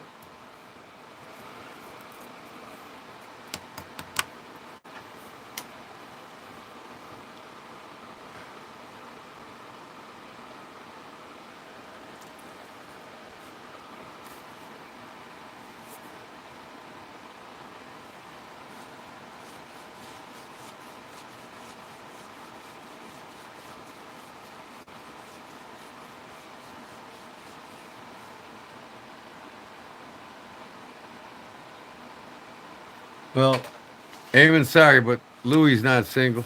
He's a happily married man.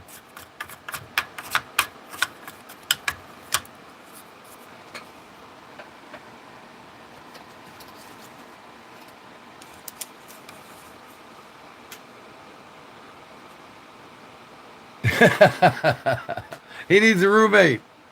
Get a hold of him.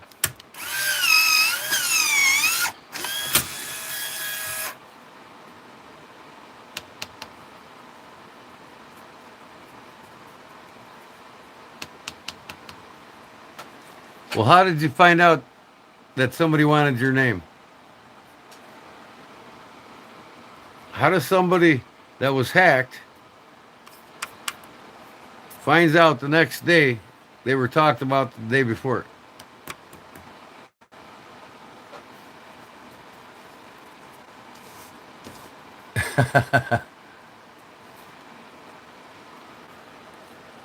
He wants it, Paul. Send it to him. He's just too shy to say yes.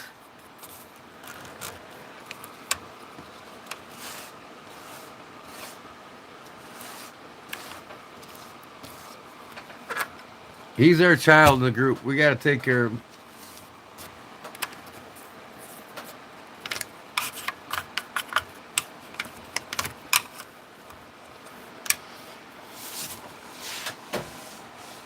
Yeah, he wants it. See, I told you.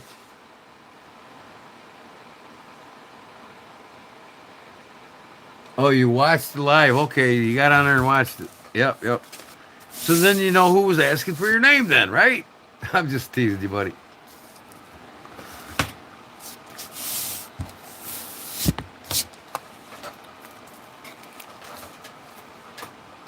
Oh, bullseye. It hit the garbage can finally. Oh. Can't believe some out of pop already. I don't want no coffee because I'll be struggling to fall asleep when it gets daylight out.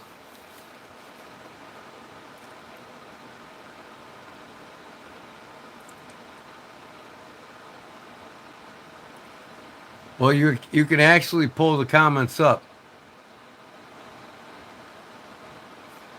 There's a button underneath the headers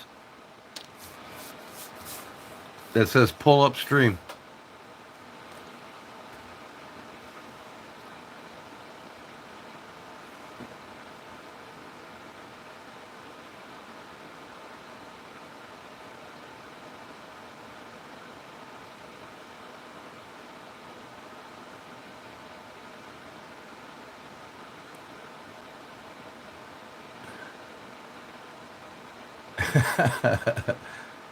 A guy comes in here, I never seen him before, wants to be mine.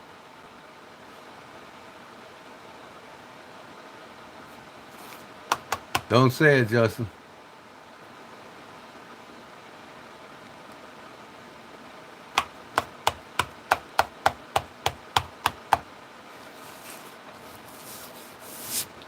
Man, I think this is the most active Justin and Louie's been ever on one of my live streams. I think they miss me. I know they do.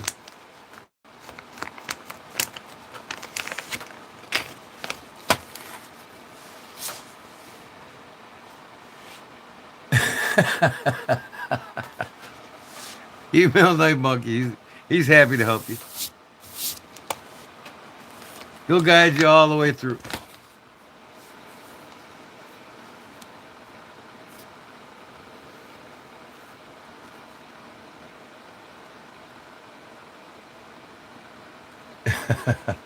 Well then, Amon, Justin's your man. Or I'm sorry, Knife Monkey.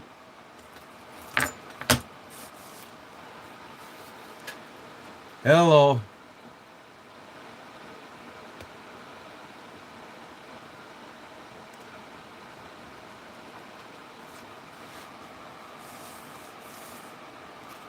Well, really fat. Almost 400 knives plus are ones I don't use.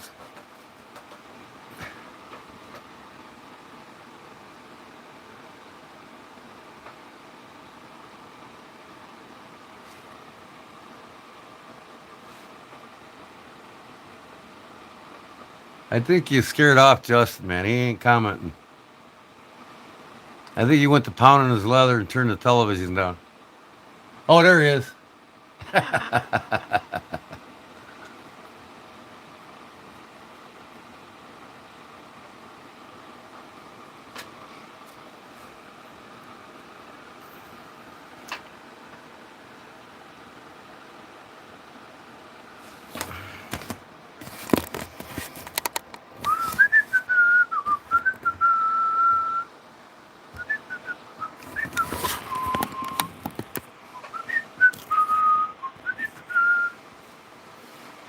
Oh, yeah.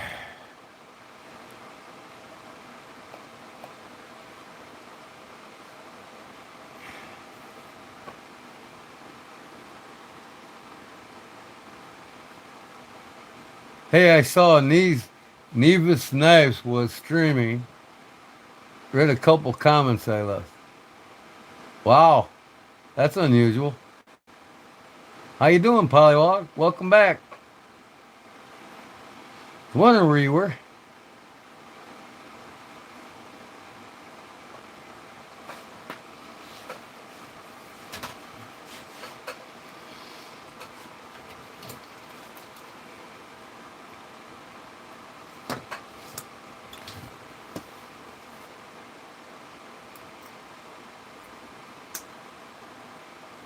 Love my charades.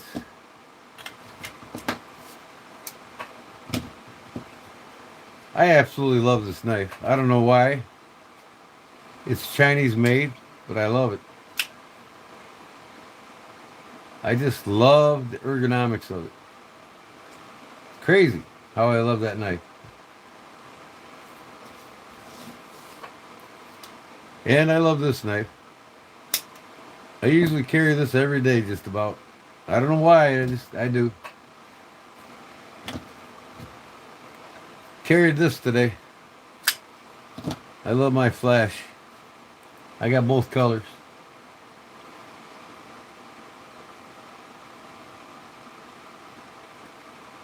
Yep, I got an Instagram page. I gotta start putting more in there though. I gotta start learning the Instagram bug.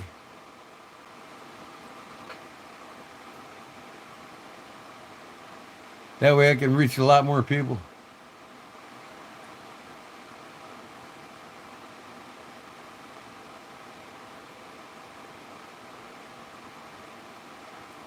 I do too, post obvious.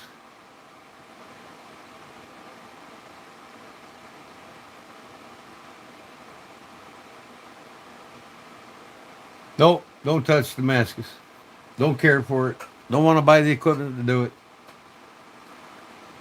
I specialize in the knives I want to do, and that's what I do. Pocket folders, bushcraft knives, survival knives, Bowie knives. I care less about Damascus blades. Nope, no swords.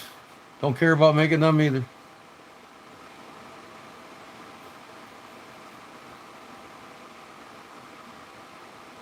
You know, you can try to make every type of knife in the world,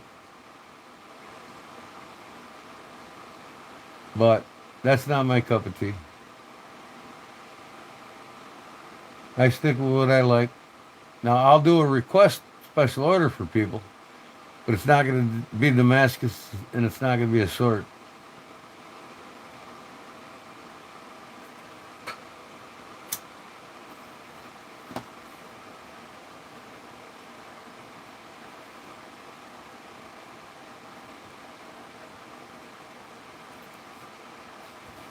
What else do I got?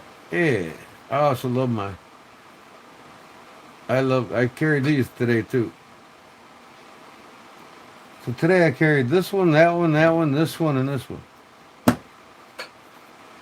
I always have several knives on me every day.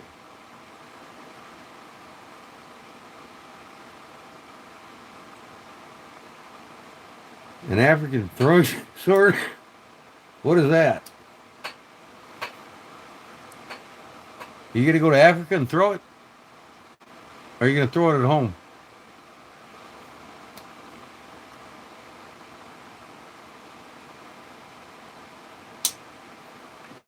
Boy, I can't wait to get my Tony Bowes knife.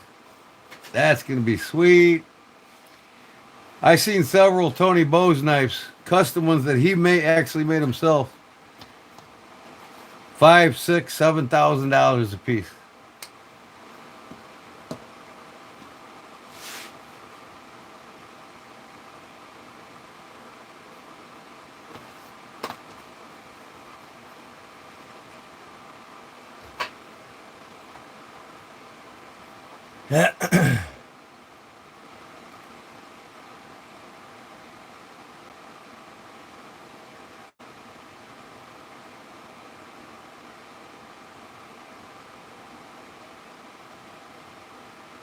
Tony Bowes, baby. I wish that I could have. Well, maybe one day I'll buy an original that he actually made.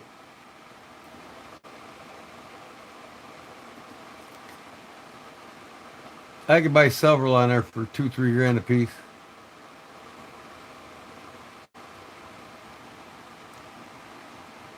Jim has the knife on the right, Gordon. Does Mr. Jim have the knife on the right? This one here? I'm sure he's got some German eye-brand knives. He's probably still lurking in the comments. He might answer. I'm surprised Claude hasn't came on here yet. He might be lurking in the comments.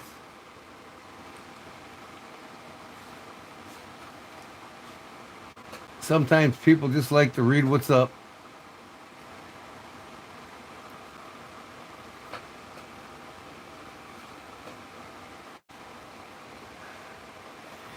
Yeah, I used to know a bunch about sword fighting, but I gave it up for Lent.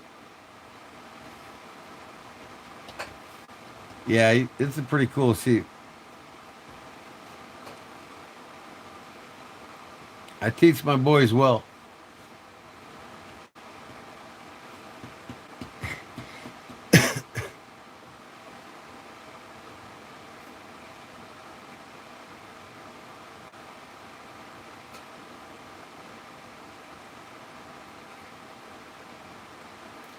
That's correct. He passed away in 2020. Well, the Bose heat treating system came from him, from Buck. Buck learned it from him. But he mostly did knives for case. I just wish case knives today were heat treated as well as Buck knives. But as long as these young kids keep buying all these new cases, they're driving the prices up more and more. They're going to continue to want them even though they're crap. I wish Jim Parker would make case knives again. That'd be the best thing for Case to do is collaborate with Jim Parker.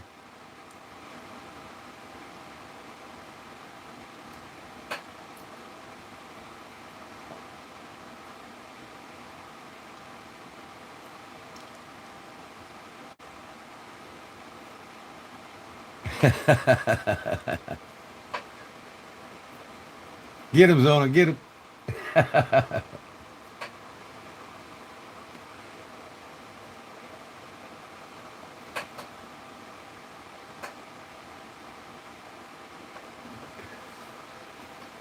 I'm 164th troll.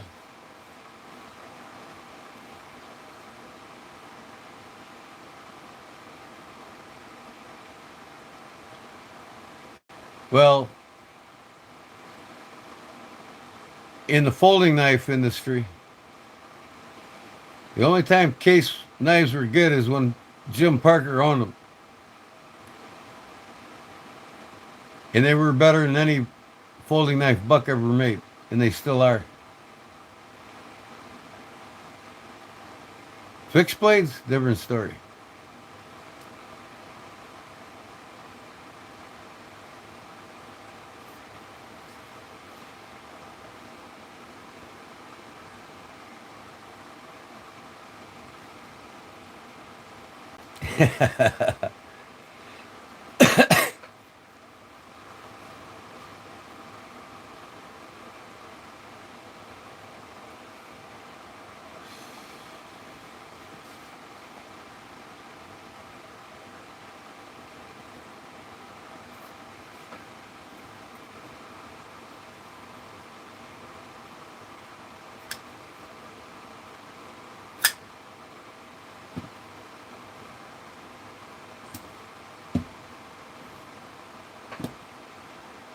I gotta put these in the right order.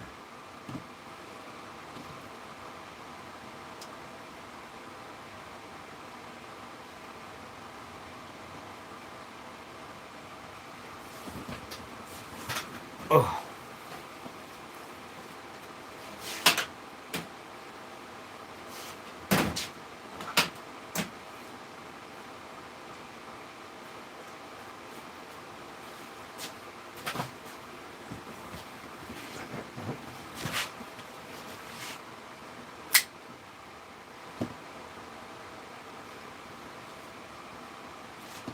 Ain't that sexy? Made in China. But ain't it sexy? Would you look at that? I just love the texture on this thing. It really, I mean, a little bit of a hot spot here, but, you know, I can live with it. It's a practical cutting knife.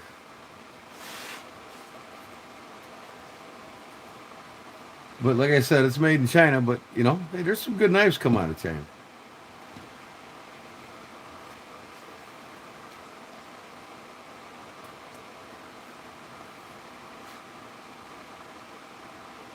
Never gave me any problems. It's tight.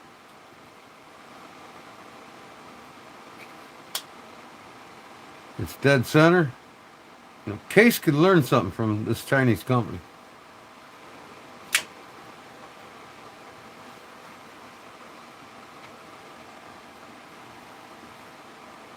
Oh yeah, we all do, Paul. You know.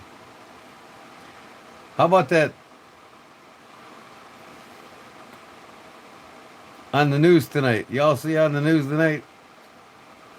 China's crying about the 125% tax tariff on them. That is funny. They're gonna make Trump's gonna make China collapse.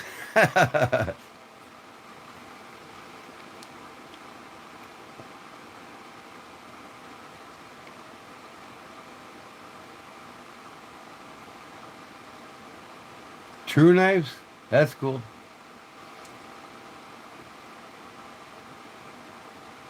That's right. Gonzo, baby. I'm telling you, man, that Gonzo one that I have is sharp as a dickens.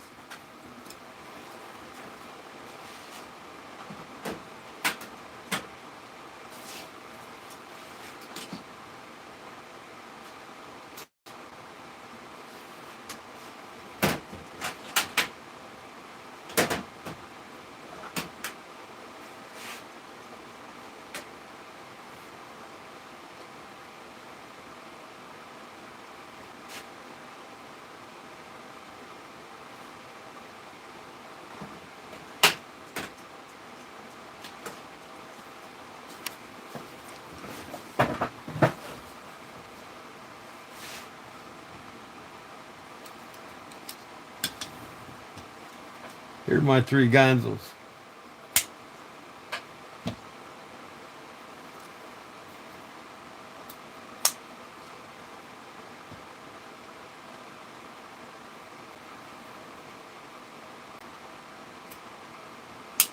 Dirty. I've been cutting a lot with it.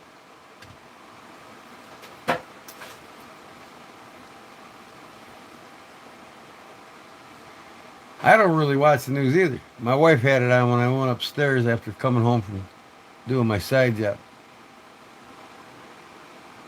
I just happened to listen to it. It's all over X right now.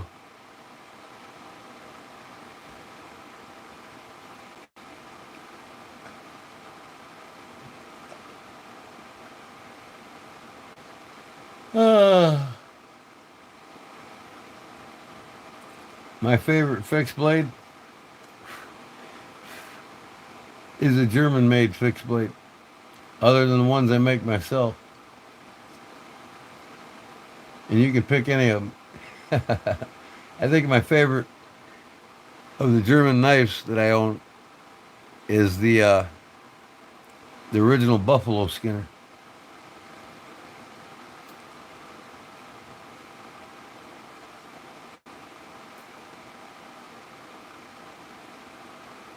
Well, I didn't get rid of TV because me and the wife enjoys watching movies together, and that's about all I watch on television. And I watch YouTube on it.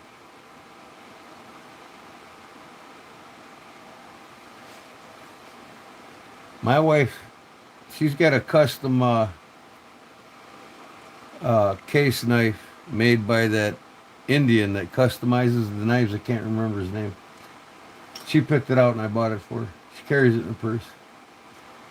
That's about the only knife she carries. Roku used to be a super cheap as well, and they were using 14C28N before it came super popular. Doing an amazing job with it. Well cryo treated.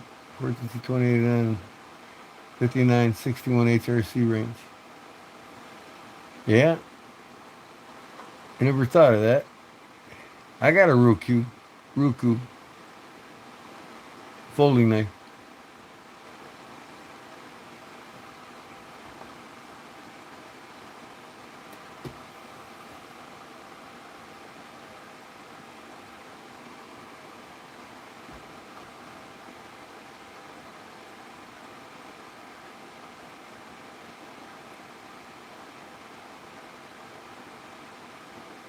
All right. Well, then we're going to have to bring on a live polywog.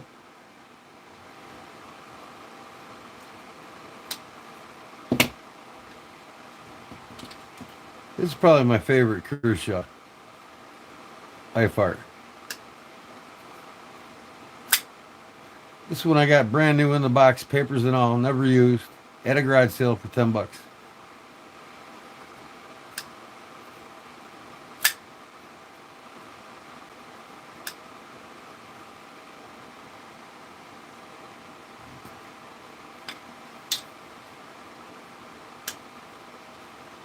Here's what I love about them. Little effort. Left-handed and right-handed at the same time.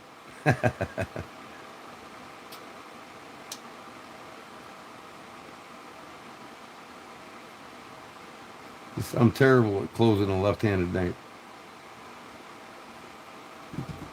My thumb don't work. I got my tendons taken out when I was younger. But this bad boy, I tell you what, man, Gonzo knife, 440C, and man, do I gotta sharpen it and clean it. I cut a lot of shit with this already. Let's see how dull it is after it's already cut lots of things. Yeah, it's getting there.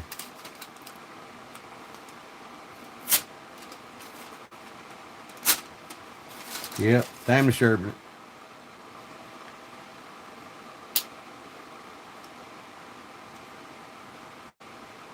Yeah, I can't wait either.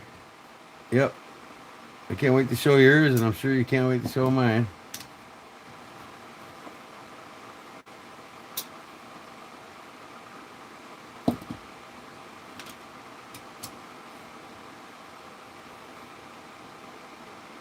But this is a hell of a deal.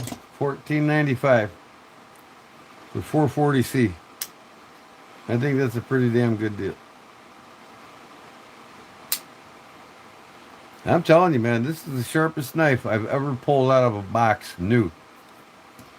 You will not know what I'm saying. Big Jim Barlow Jim didn't believe me.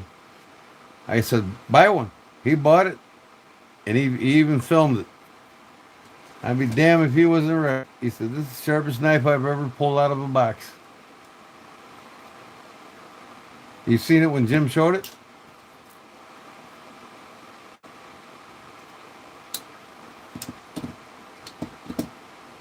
Love my Kershaw, man. Love my Kershaw.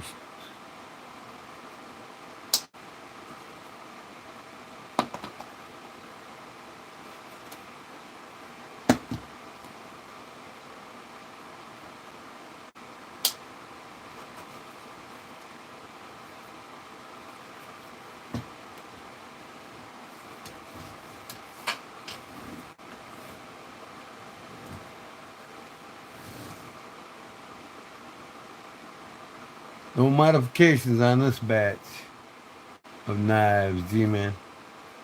That's awesome.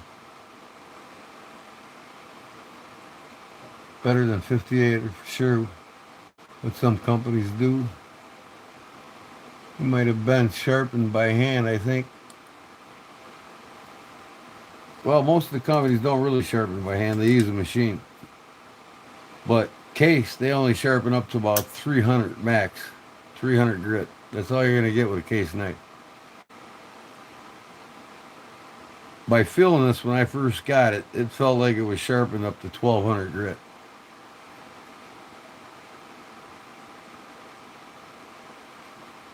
I modified to the last. Oh, yeah. I got you now. I'm going to modify that Tony Bose. No, I'm not. I don't really modify my true collectible traditional pocket folders. You know, just the new ones like from a Chinese company. And like a shitty case. I like it to make a case look better and like it should. Oh, you know he would.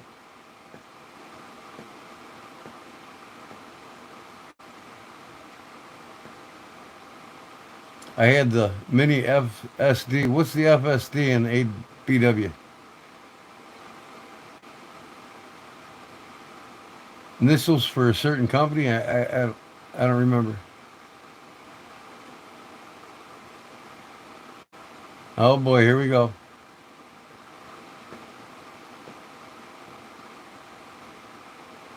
American Blade Works. What is FSD?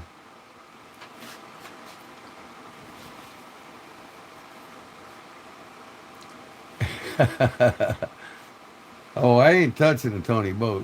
That's all there is to it. It's going to remain the way it is.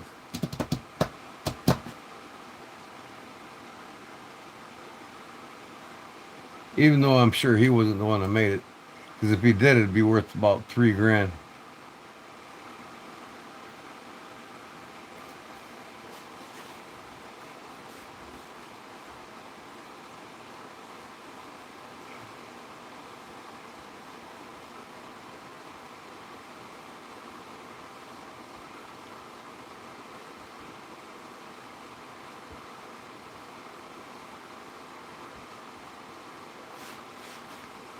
A Dexter blade. Never seen one. Am I wrong for never seeing one?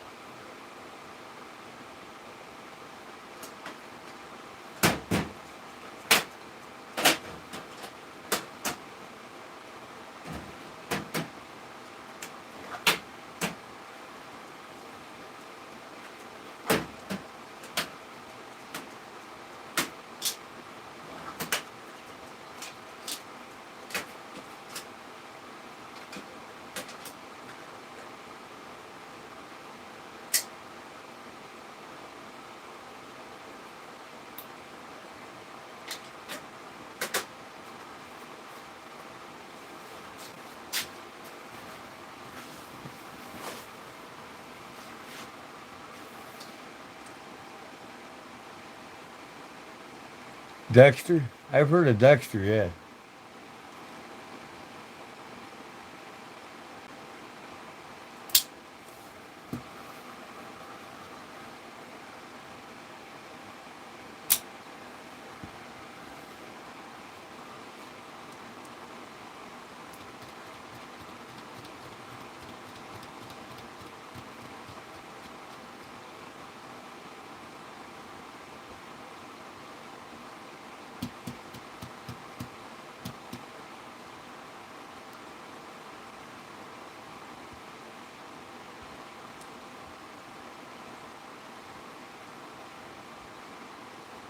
Dexter was awesome.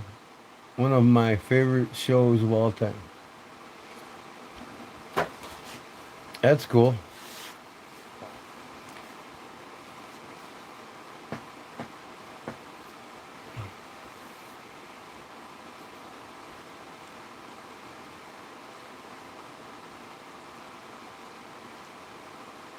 Don't think the character even talked about knife facts though. Just that he liked to.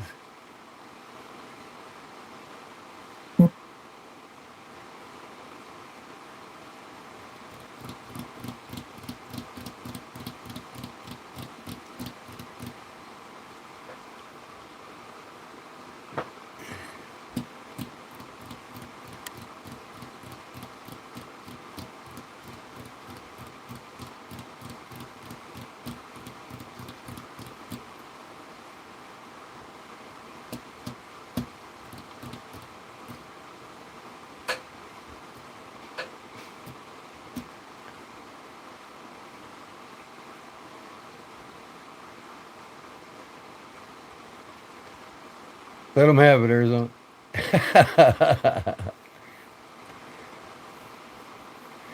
Oh,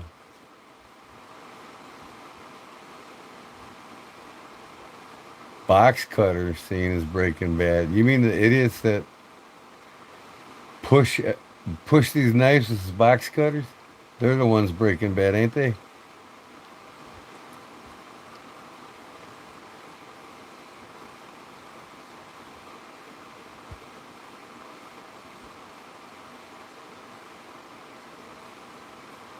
I got you, Yukon.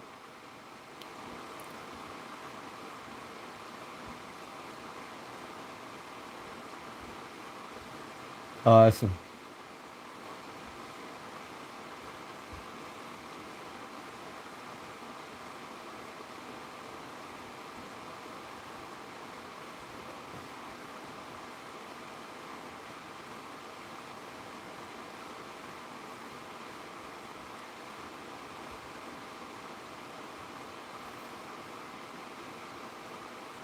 The ice box cutter scene.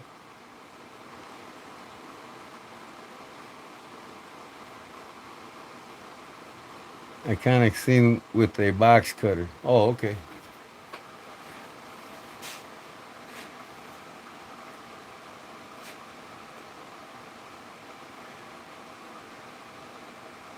Uh,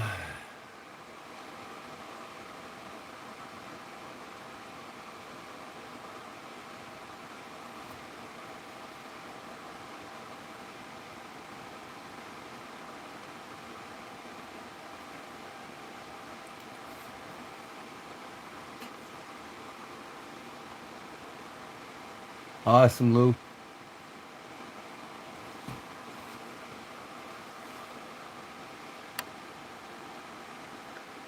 It's a one of a kind now, that's for sure. There's not another one like it. I gotta go to the bathroom. Be right back.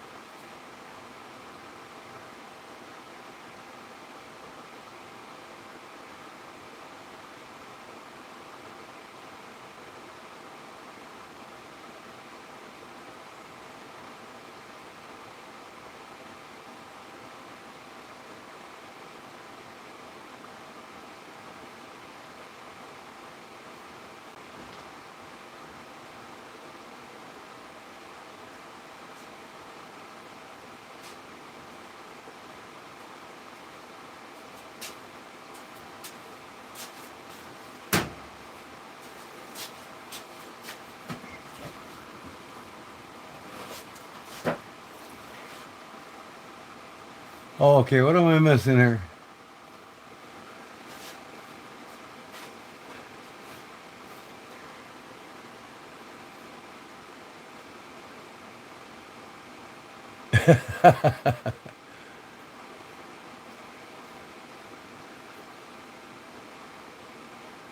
I I wouldn't either, Lou. Wouldn't trade them for nothing either.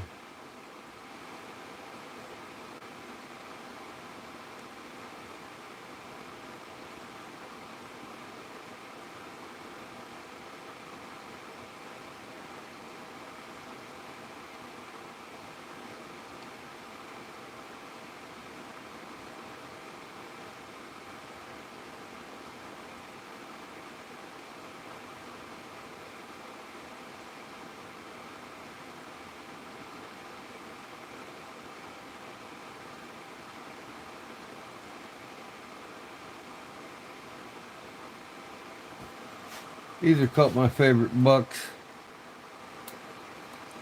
I don't know what the name of this one is, but I love it.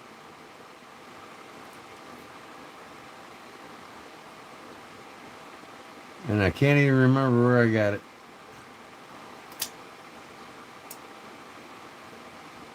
I love these safeties on them.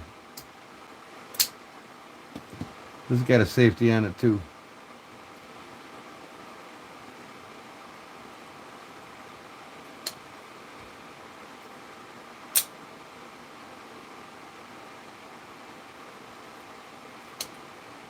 They're both spring assist. Can't flick it when the safety's on. Love that.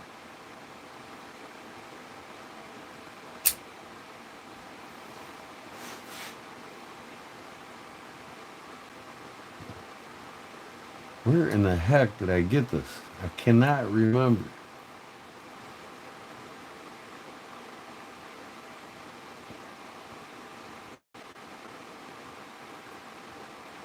I need to clean this one up. Got some scratches here. Scratches there.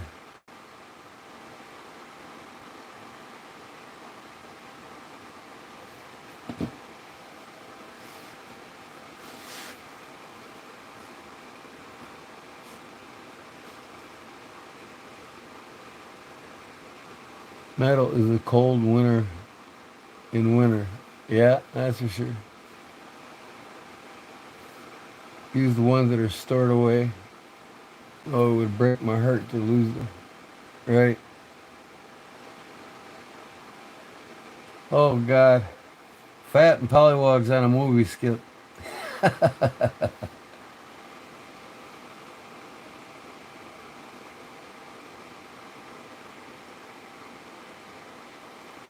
I'm pushing 1,000, Paul.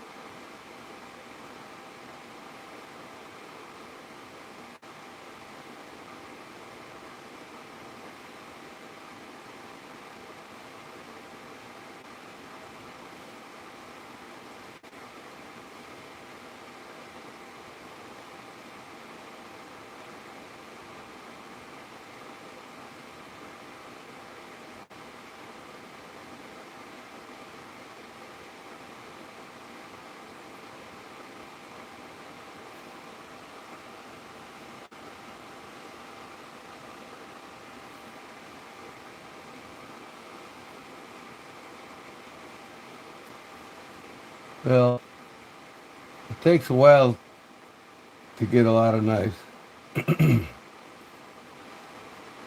but I also buy a lot every year. I went to North Carolina on my vacation last July, and I spent well over $1,000 on knives there.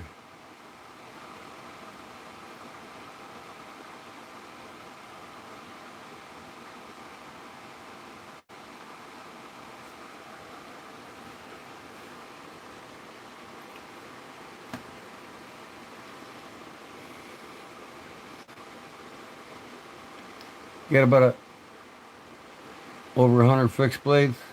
I'm pushing that, I think. Majority of my knives are folders.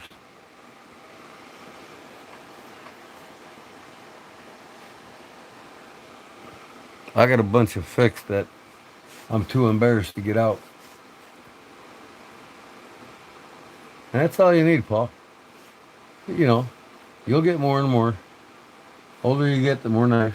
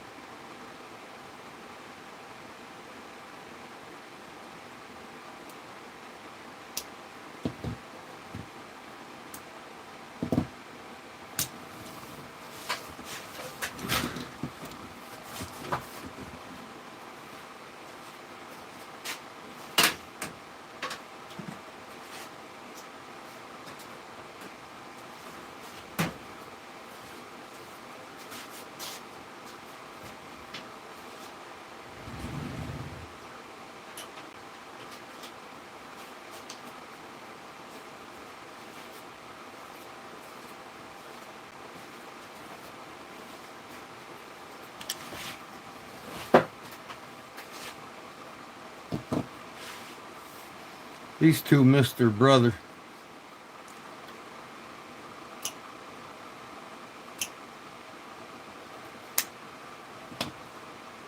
They missed their brother. They're brothers with another mother.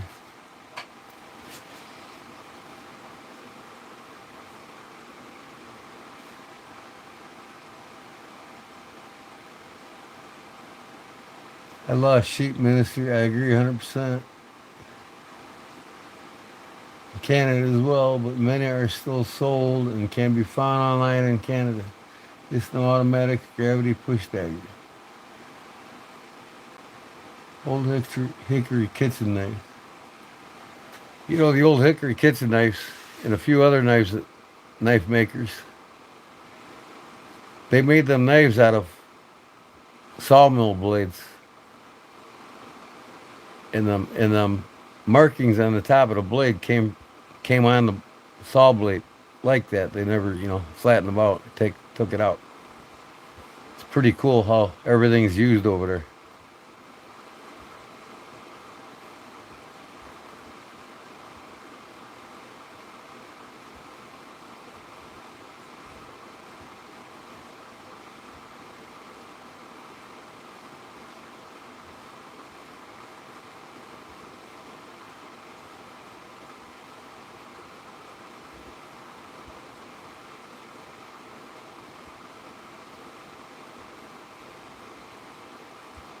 Oh, only the Moors they sell are the good ones they have?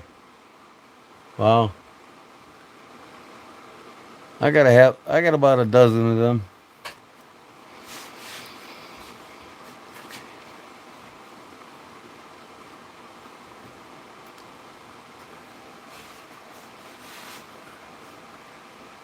Yeah, you do like the fixed blades. I can tell that.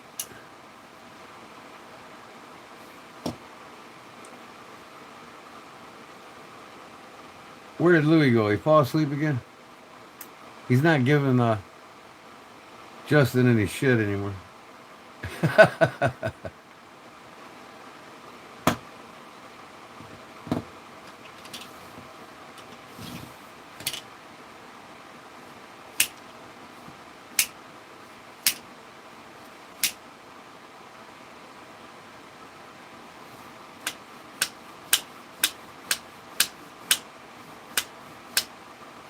I got a knife for you, Yukon I made. Hold on.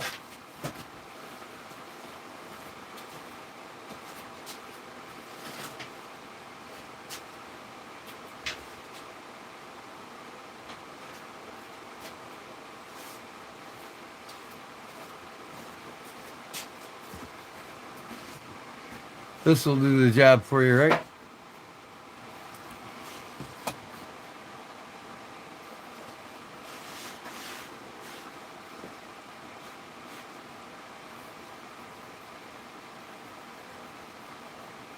I actually copied this from another knife maker. I love this concept so much I made one for myself. You know what that is, right? If you're a fisherman, this is the knife you'd be using.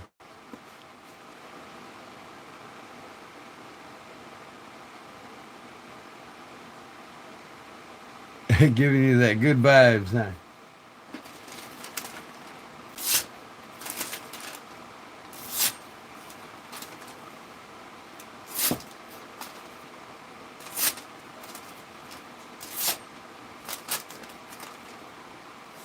This is some real thin paper.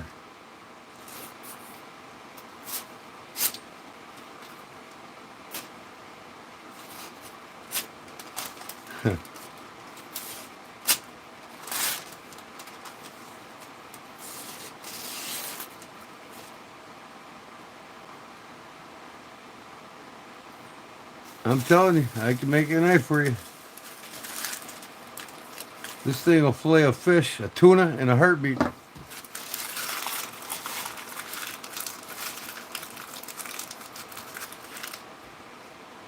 You love that? I love that. Show Paul. Show Paul what?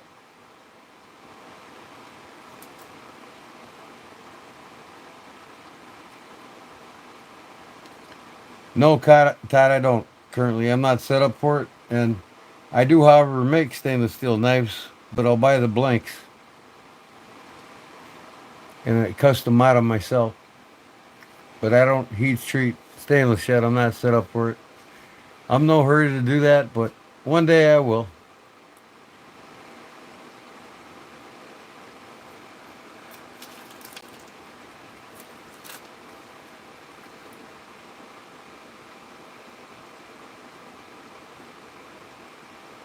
Oh, yeah.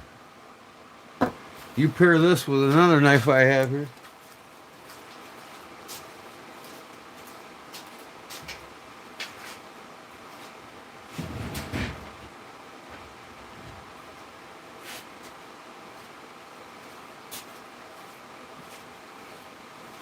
When I show you this knife, you know where I'm coming from.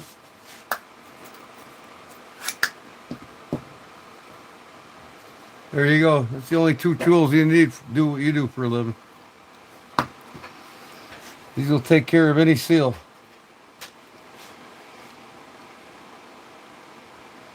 I didn't make this one though, even though it's got a Kodiak bear on it. Ulu. Handmade in Alaska by Alaska Knife Company. The greatest knife maker in all of Alaska. This is made from D2. D2 is a highly underrated steel. Highly. It's tougher than Magna Cut.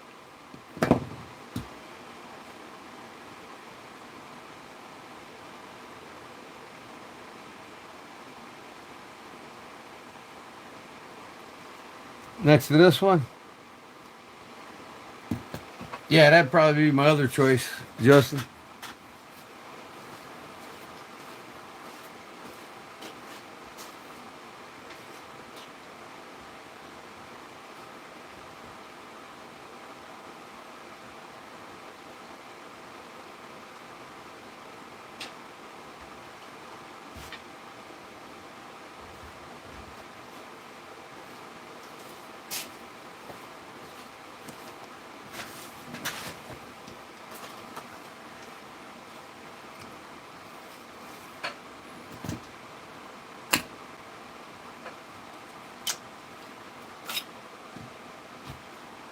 That's for the smaller fish, smaller game.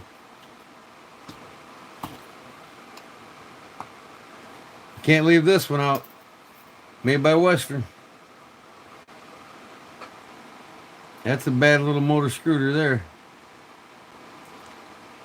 This is the in-between. Different sizes, different game, different fish.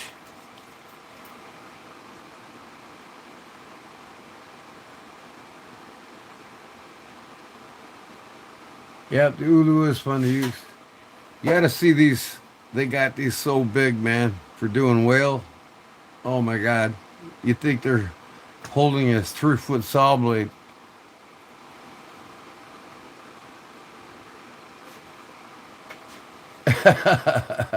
Send him some porn. He'll watch every bit of it. He get old Rosie to work.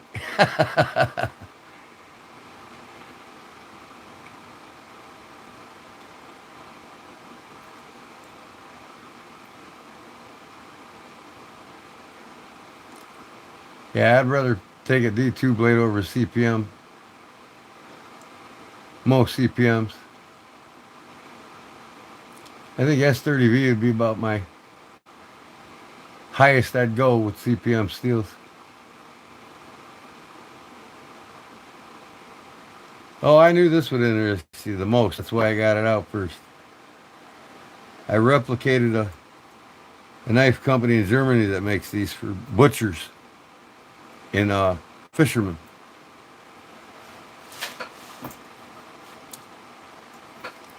But this is Coleman Western.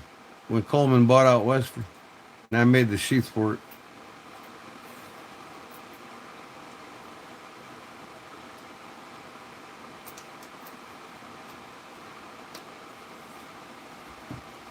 And you can't leave out this one. I still use it. Good old Cutco fishing fillet knife. How many of you own one of them, right? I bet you none of you here do. I've yet to make a sheath for this one though, and I need to because it's scary sharp, man. Oh my God.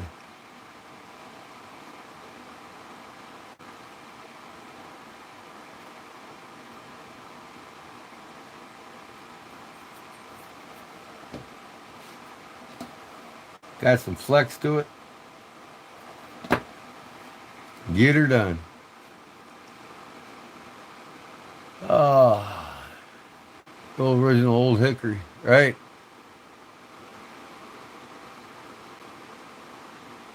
D2 is a tool steel. D2's been used for over 100 years, couple hundred years, making surgical implements for the medical industry, and also used for making different types of tools. It's 100% a tool steel where toughness is needed.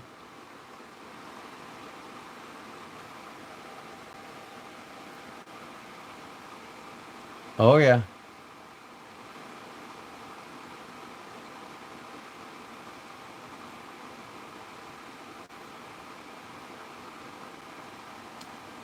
Well, I might have got that wrong, Todd. One of the three factors that Magna Cut is known for, it's probably not the toughness, and it's most likely not the edge retention. But the D2 does beat Magna Cut in one of the three ranges. I can't remember which one it is. I was thinking toughness because Magna Cut's not the best at all three.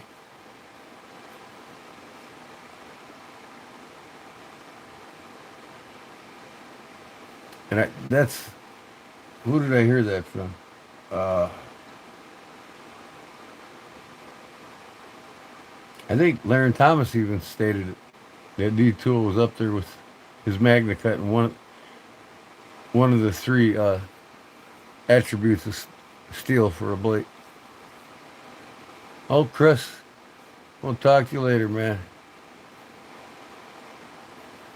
Be safe, man. Good night.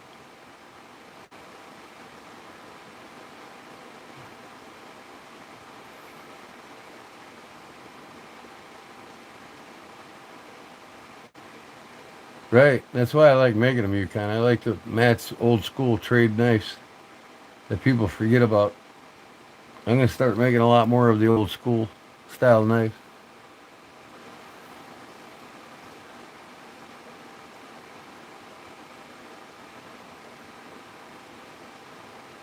That's what I'm talking about then, the same edge.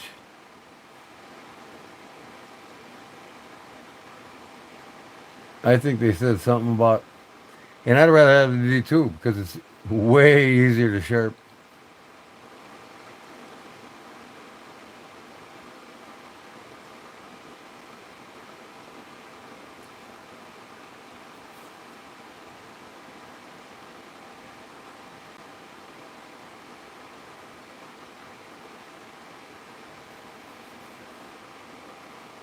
You mean talking about these two knives?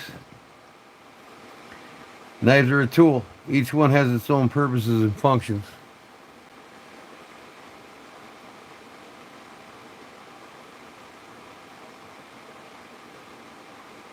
How much for what?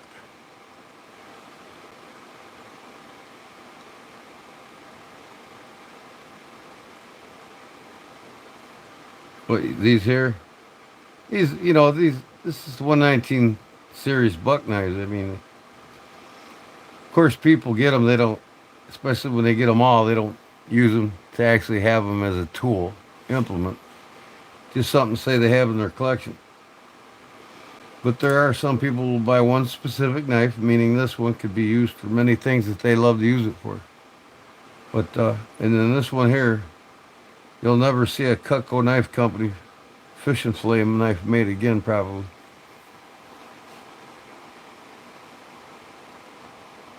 My best fillet knife for cutting and cleaning fish, it's a J Martini without a doubt from Finland. It could be a Rapala or an original J Martini. Of course, I got a couple fillet knives I made myself. I use more than anything.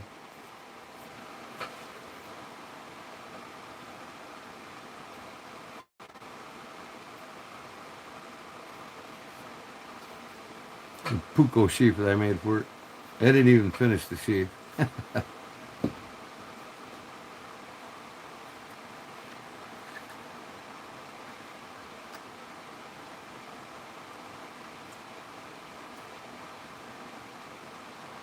What is the cast to make the 103? What do you mean by what is the cast?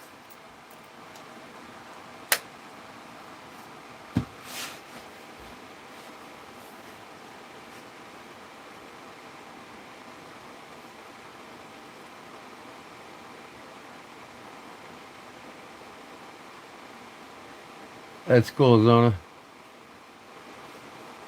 I'm glad somebody's enjoying one of my spider coats.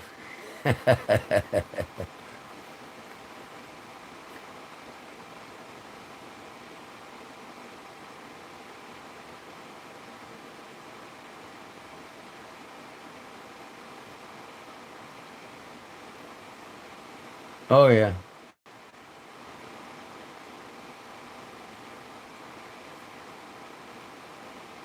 What you figure on the right? You mean price wise?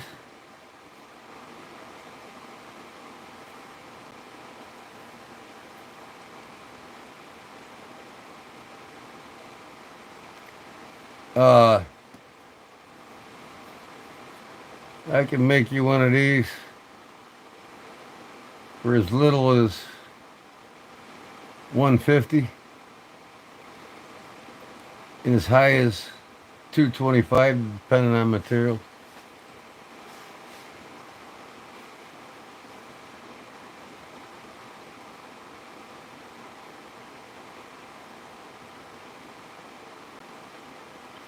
That's good to hear, Todd. I'm glad you're explaining this to people because the older I get, the lesser I want to talk about CPM metals. I mean, after S35VN, I basically started losing interest in all the newer ones preceding it.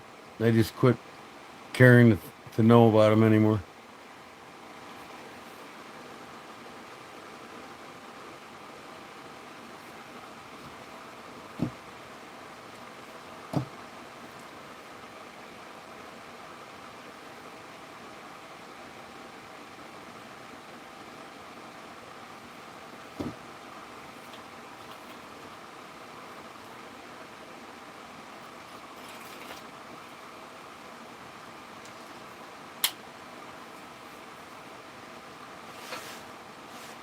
Does anyone have a knife to regret selling? Uh, no, but trading.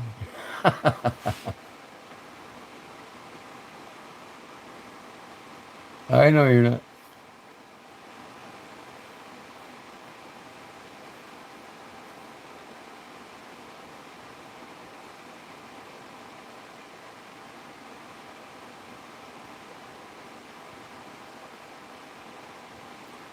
When it was the name of itself before it got degraded.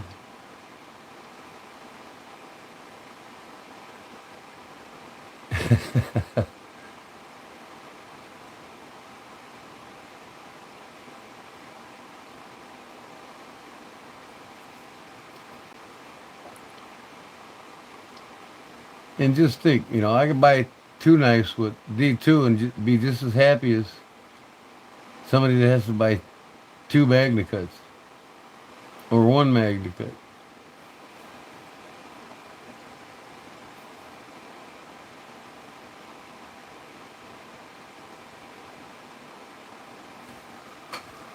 Put these back.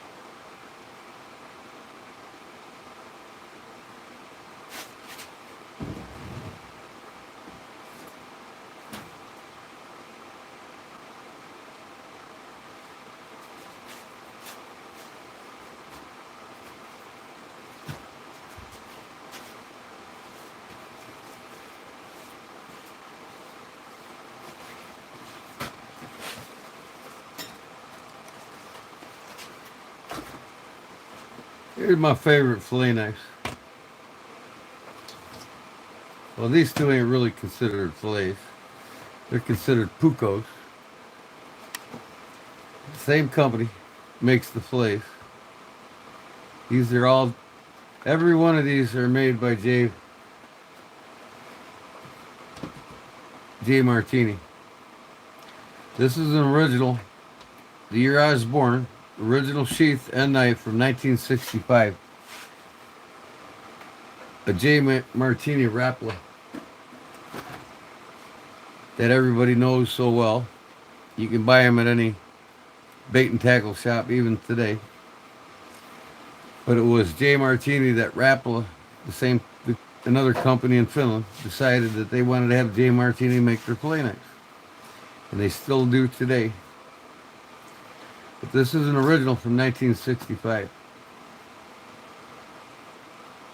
And it even says it on the blade, J Martini, Finland, hand ground stainless steel by J Martini. And this is the original sheath for it. This is J Martini's own company right here with the Finland shield on it. Northmark, it's the name of his company. J Martini, Finland. Normark is J Martini's company. Stainless. Martini, Finland. What's that second word there? Stainless steel, Martini, Finland. This is his from his company. This is about a 1970. And here's some of the newer, cheaper ones you can get, but these are considered Pucos, kind of like the that of the Scandi grind from the Mora knives, you know. But I do make Puco knives myself from Finland, Finnish known companies. And this is Inox, which is stainless, J Martini, Finland.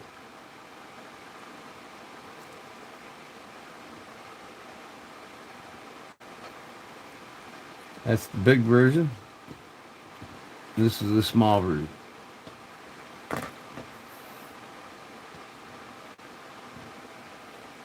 These are some of my favorite knives right here. I love Pucos, you know, even these. Finnish company, right? Rapala and Martini. But pure Puco style sheaths, all of them. This is the more modern style Puco sheath with these. This is the more traditional Puco sheath right here. And I'll show you a Puco that I made.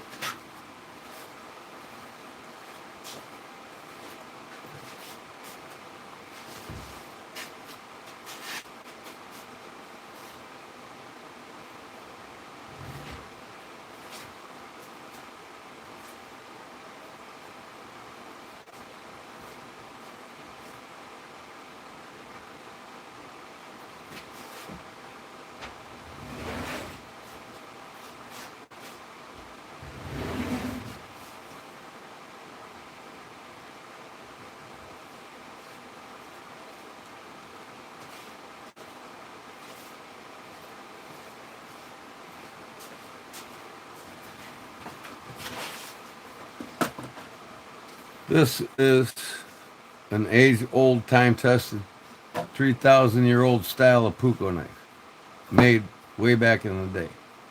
So I wanted to replicate that.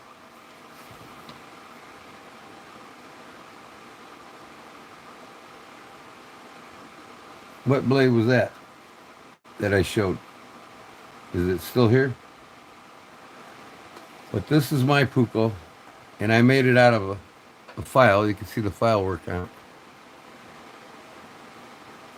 it. Traditional, the way they made them, with the stacked birch, reindeer antler, and the brass, and reindeer antler pommel. This is the way they were made over 2,000 years. That's how far back these knives go. This is not a modern, this is the traditional, old school style of dangler sheath, the Puco style. So now you can see that the fillet knives have the same finish characteristics. the dangler sheaths. And these sheaths have been around for a couple thousand years, the way they make them. And they have a hard wooden case inside them that the knife actually slips into. And it's shaped to the blade shape.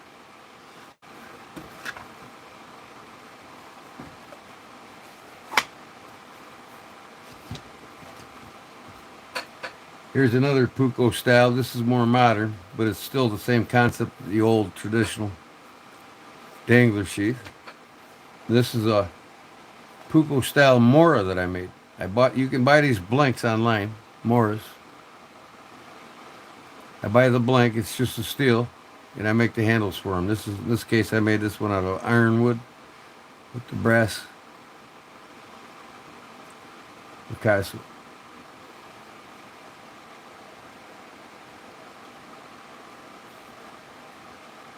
Hit me up anytime. My email address is in the description. Are you in the United States?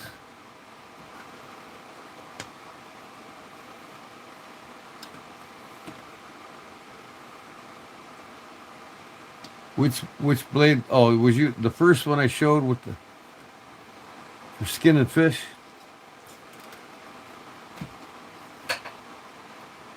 Here's another one here. One of my favorites. Now this is a Regent from Sheffield, England. Kitchen fillet. And man, is it slicey. Use this for fish too. Made in Sheffield, England. The Alaskan ulu? I can make you an ulu.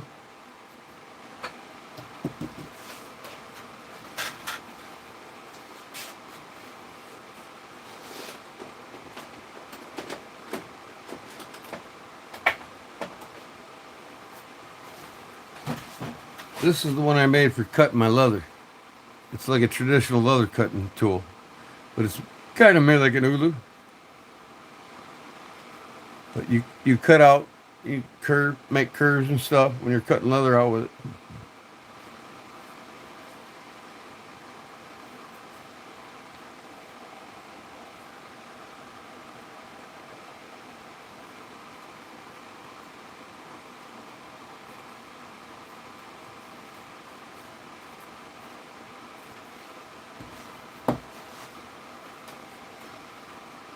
Here's a couple more fillets in my collection. This one's the sharp.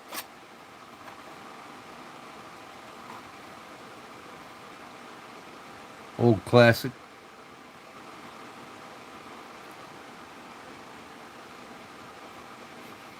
Original sheath from the 60s.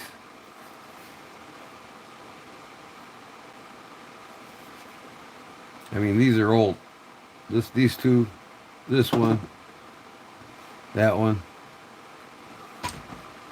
Then I got one more. You gotta have a case, right? I almost had two of these, but one of them got lost in the mail. I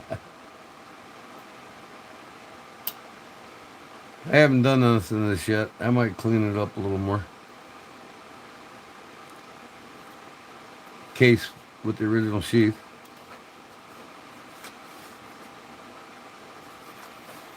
And then last but not least, this one's close to my heart.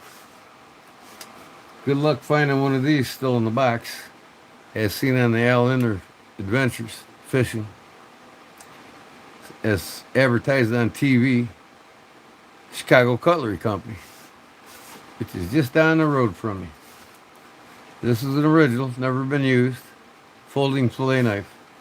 All-purpose folding fillet knife. Great for fishing, backpacking, picnicking, camping, and cooking. Take this out of the box.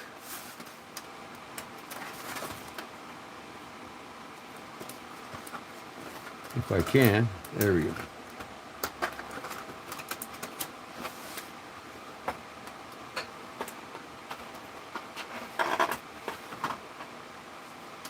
It's called the Traveler.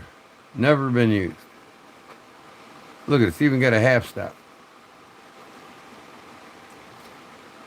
protect your fingers when you're closing it and opening it. And it is sharp. Let's see how sharp this one is.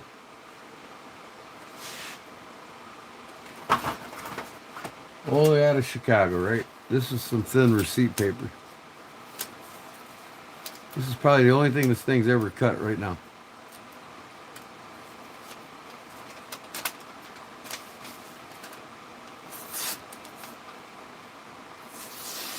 Is that sharp? Look at how clean. I'm going slow too.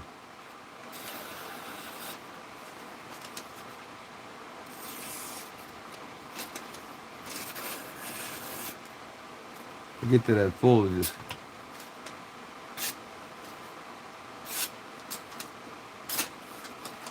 another fold.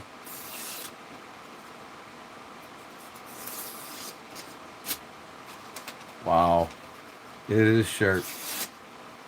Let's get a curly going here on this thin ass receipt paper.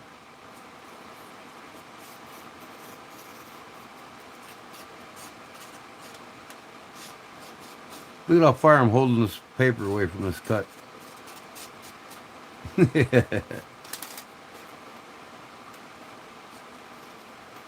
Trying to get a curly going. It doesn't want to do a curly.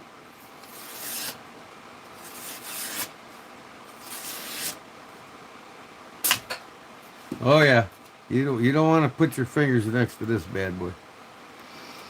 Made in Chicago, Illinois, bro.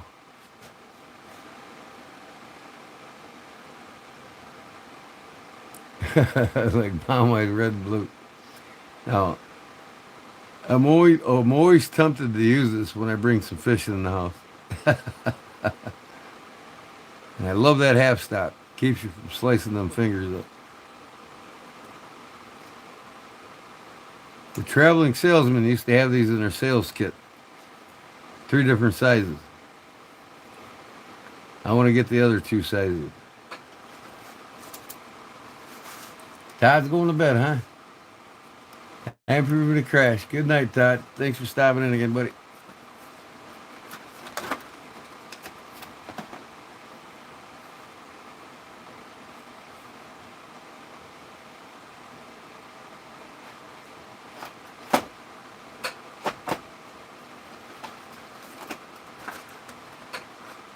Good old Al Linder. I think when I do a live again, I'm going to show you. I have his first fishing book he ever made. 1971. And I contacted him, and he got a hold of me on Facebook. He actually messaged me. I was asking him about the book. He says, "You want to hold on to that book? That's a piece of history. It's the first book we ever promoted and put out to the public. And I got it upstairs in my vault. I'll show it to you soon." I'm a big-time bass and walleye fisherman myself. I'm a multi-species fisherman. Everything from salt water to freshwater. Conventional fishing, fly fishing, I've done it all. And I love it. Fishing's a big part of my life. Hell, I even lived on the water, right? U.S. Navy, baby. Oh, he's funny as hell, Bill Dance. The bloopers? Go watch the bloopers on YouTube. You'll laugh your ass off. I like the part when he's taking off with the trolling motor. The trolling motor takes off on him. Or the time he was putting his gear in the boat. He's going to get the boat, and his buddy took off in the boat, and he fell right in the water. Oh, man. So now I got to put all these away.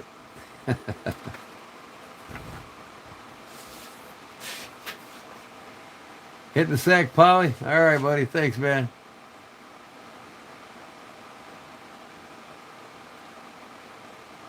Have a good night, bud.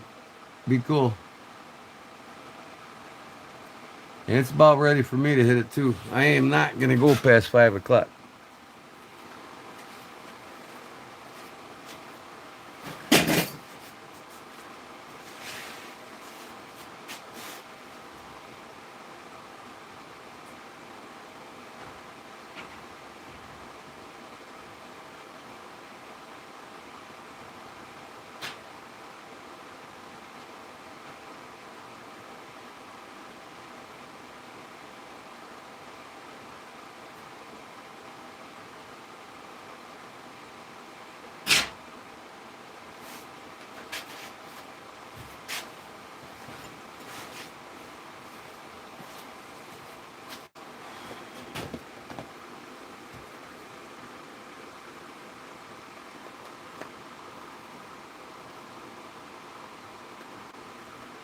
Auto correct. Gotta love it, huh?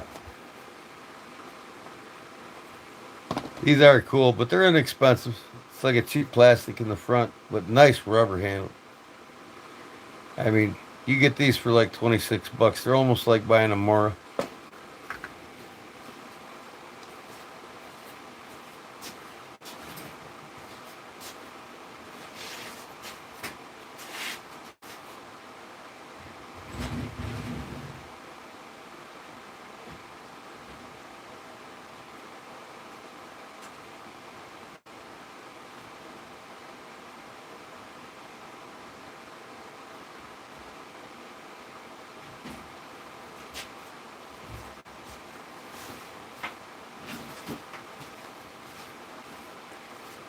Oh, and speaking of which, I found my smallest opal knife. It was in my truck. I'm gonna go get it right now.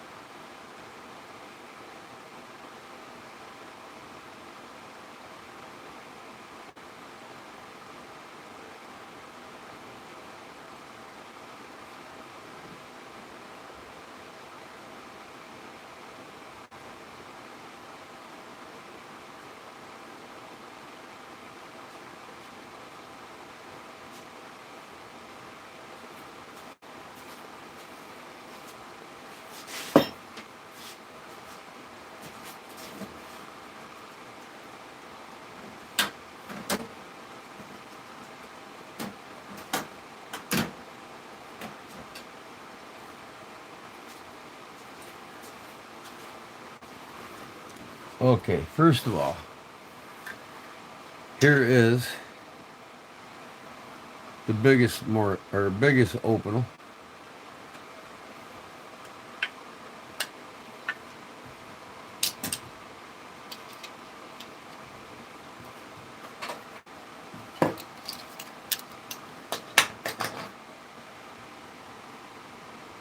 This thing's got 11.5 inch blade on it.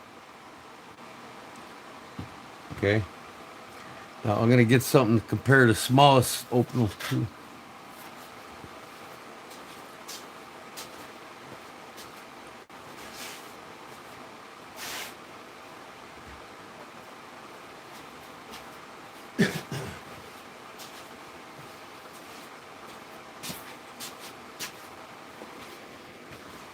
Here's the smallest Victorinox, right? Keychain one, right? Oh, here's the smallest opal. Look at how small this thing is.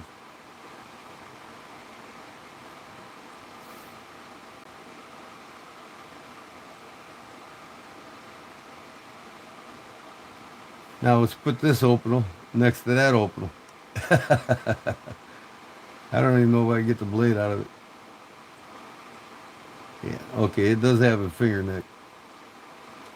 Here's the smallest and the biggest opal mate.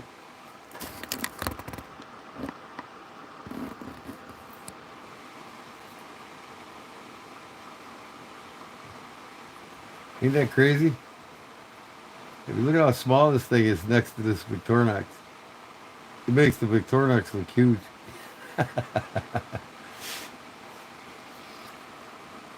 Let's take granted.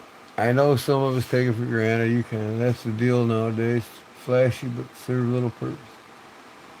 Bob, I know that sounds geeky, but you're living my dream.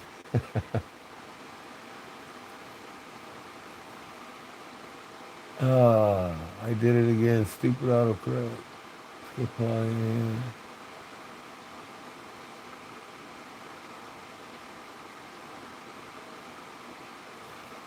So, get this aside.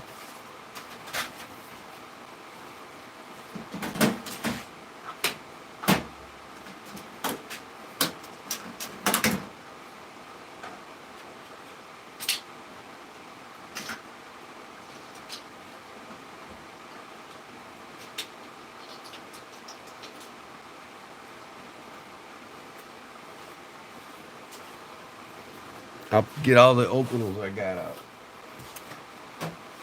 All right. That's a 13, right? This is a 12. Just to show you how big that 13 is. This is the next size down in an openals lineup.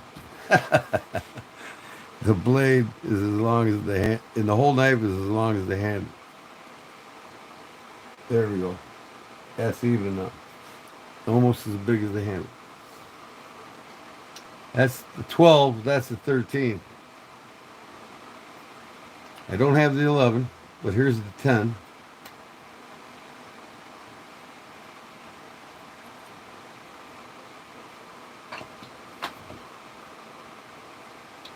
There's the 10. I don't have the 9. Or do I? I don't know. Here's the 8. I got several 8s. The 8's the one that put Opal on the map. That's the one they first started making. The number 8. That was the first one I ever made. Alright. Next is I have is the 6. Number 6, but it's not the knife. It's not the knife. It's the potato peeler.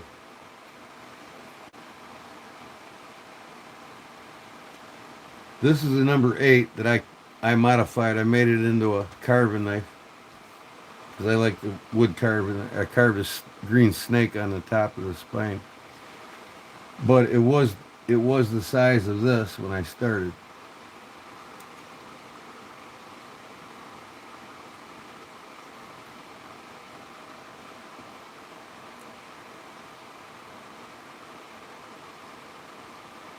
There's my number 8 carving knife. Next one I got is the number 5.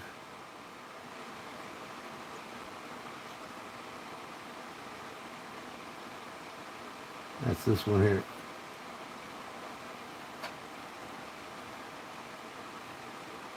And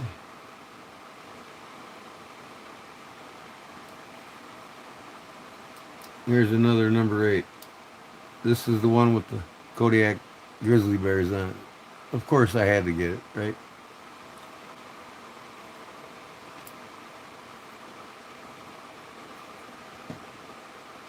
I drilled a hole in it, put a lanyard on it. I drilled a hole in this. I had a lanyard, I gotta put another one on. And then the smallest one they make, the number 2. So here's the number 2 next to the number 5.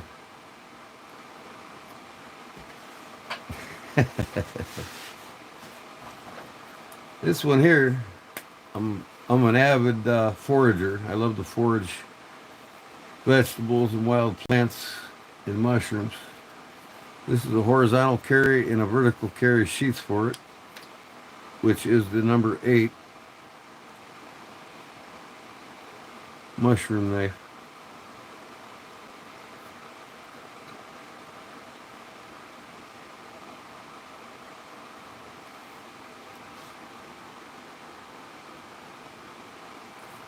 Yeah, you definitely lose that without putting it on a keychain. I almost lost it, but I found it in the bottom of my trash heap in my truck. Almost lost it. But it's going to stay in the box now. So that's the mushroom knife.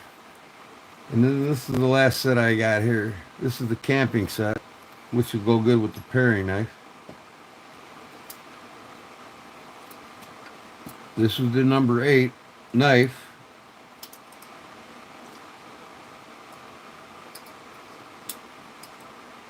Okay, if you want to use the knife. If you don't want to use the knife, then you got your option of fork and spoon here with it.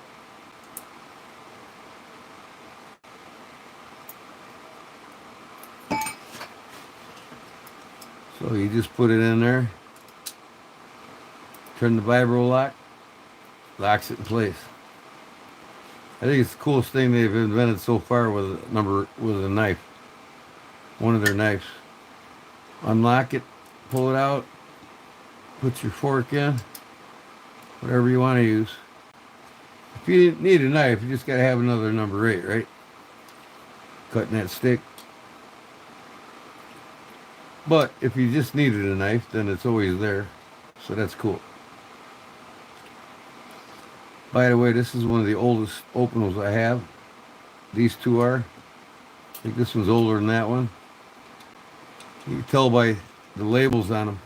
This is how the new labels are, and that's how the old one. The newer openals, you can tell by the blades here. The shield here is inverted. The shield there is up and down. And it just said openal. It didn't say whether it was stainless steel or carbon, even though this is carbon. But this one's a carbon, so it says carbone on it. And if it's not, if it's stainless, it says inox, see? This is stainless. So. Hi, Matteo. I had to make it into a neck knife. What, that number 2? Nah. It's going to stay just like it is. So yeah, this is the openal camp set here, guys.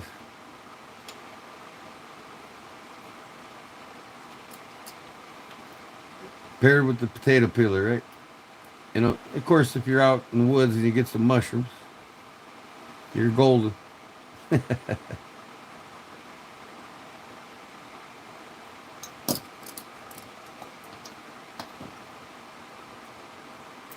They're thinking of everything in Openal now. It's pretty cool. And I want to keep buying it as they do it. I love cooking, and one of my favorite fortes is cowboy cooking.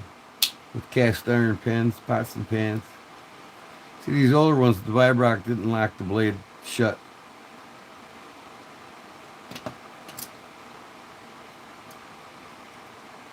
They changed it, I think, in the 90s. They made it so it would lock them closed as well as open. This used to have a rubber band around it, and it worked its way off.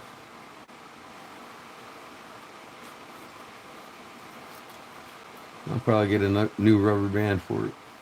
It went around it and hooked around here.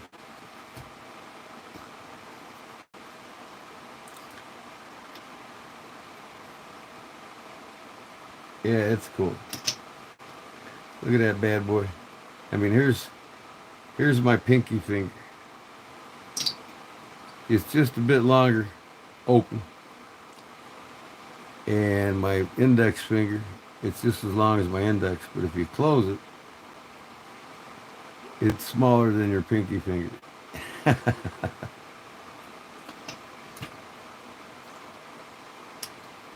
These two don't lock, they're too small.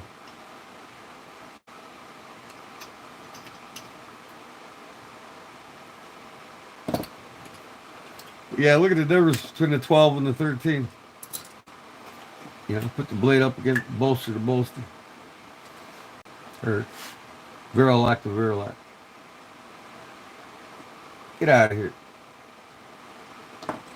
Got a guest here, guys. Where you going? Hey, where are you going? Little Asian beetle. These little sumbitches sting too, man. They get on you once in a while and they'll sting you. This state's infested with them. This is for cleaning the spores off the mushrooms. There you go, Paul. Get you a tiny opener.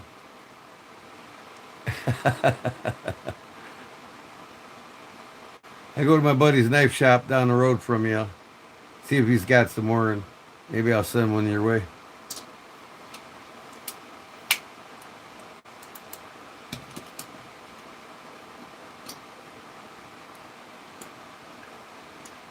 But I love the wood carve, so I had to modify my own carving knife. This is what the night I did that, I showed everybody live, and I carved this live cross with it.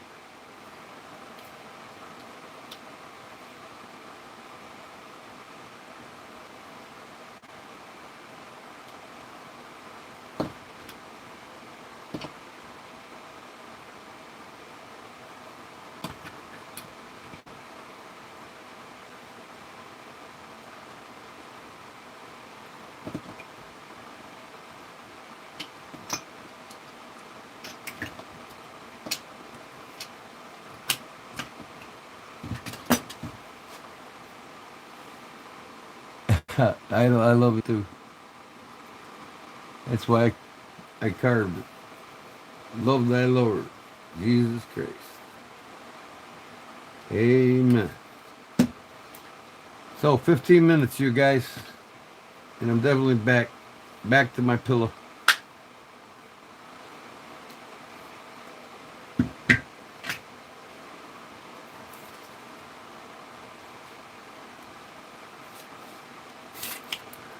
What else you want to see? Name it.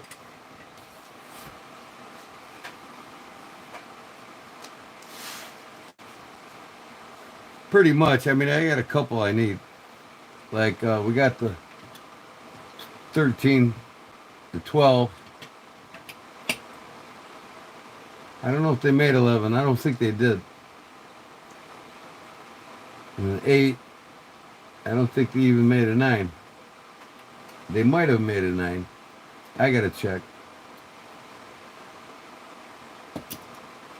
You know, and then the 6. This is a 5. I don't have a 6, but this is a 5, and here's the 2.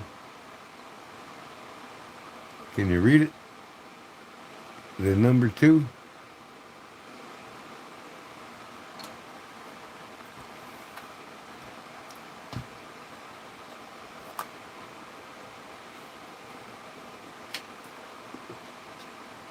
Man, are my fingers tore up.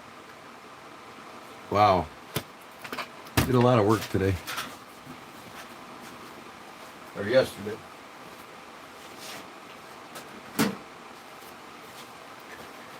So now I'm going to start collecting these.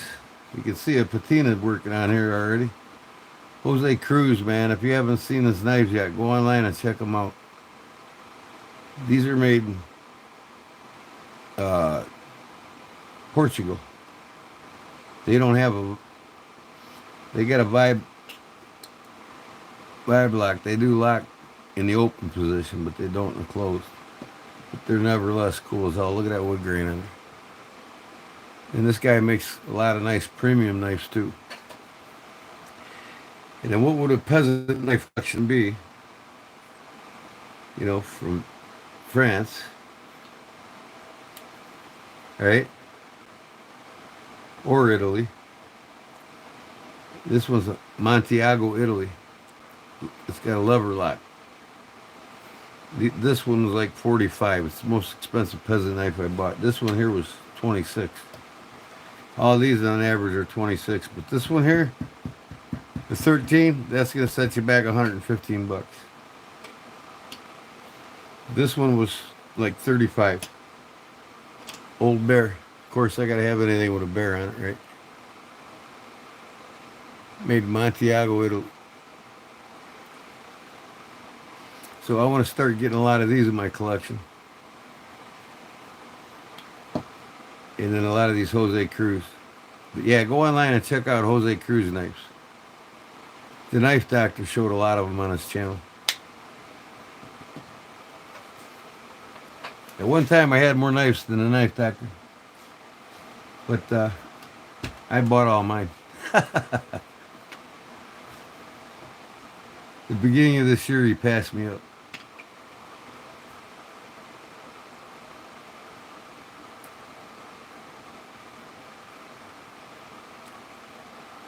Yeah.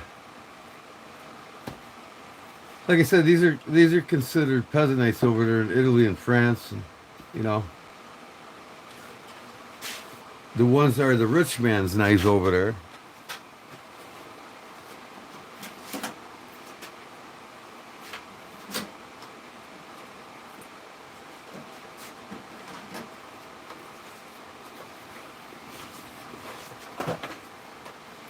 Is the opener. It'll set you back 220 plus euros or 200 plus dollars, American dollars. The Laguiole. This is their rich man's knife. These are the peasant's knives. You know, $15 over there versus 200 plus over there.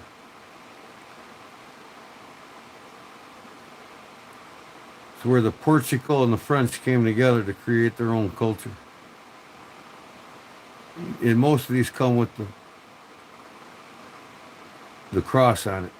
The pins are made into a cross so they can stick it in their cheese or bread and say a prayer before they eat. It's a fine piece of artwork.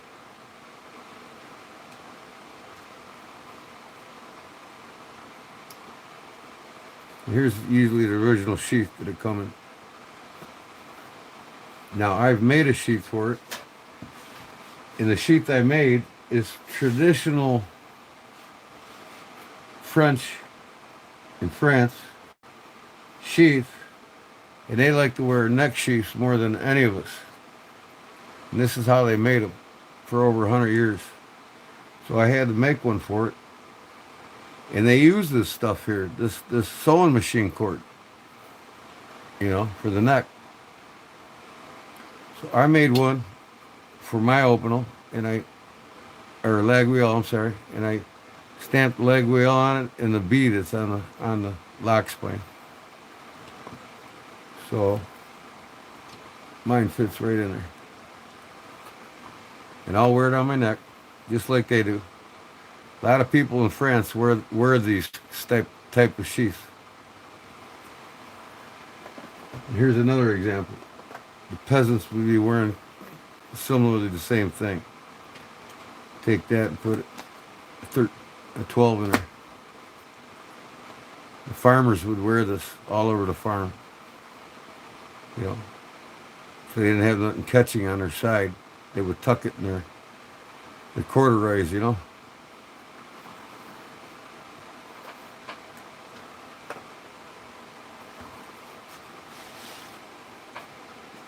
Yeah. Yeah, I mean, you got to have a Laguiole in your collection if you collect knives. That's all there is to it. The finest of France right here, guys. A couple hundred years, over 200 years they've been making this knife. Each one has got the bee or a butterfly carved on it. There were 7 different carvers, depending on the knife you wanted, the carver you wanted, depending on, you know, I mean, the knife you wanted, depending on the car. You can get any of the 7 carvers you wanted on it. And they don't have a kick, so you got to close them by hand real slow. Because if you don't, that blade rests on a spring, it'll dull it. So this is probably my favorite, one of my favorite folding knives right here. You know, there's a lot more to knives in this world than just case knives and all this American manufactured hype. I don't call it garbage, I call it hype.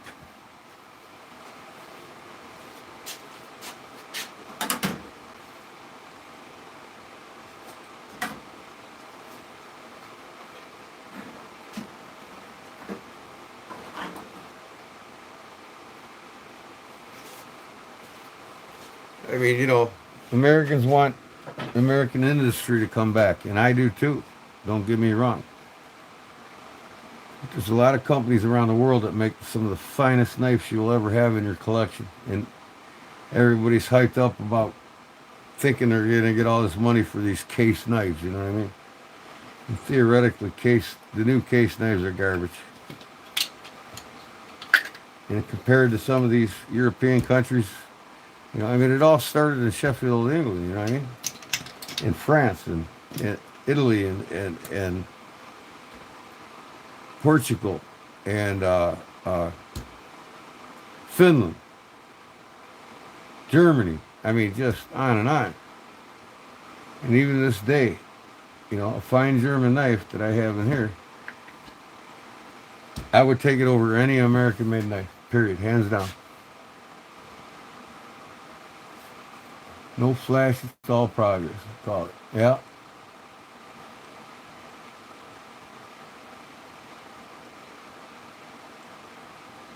I'm showing y'all this because, I love the foreign-made knives,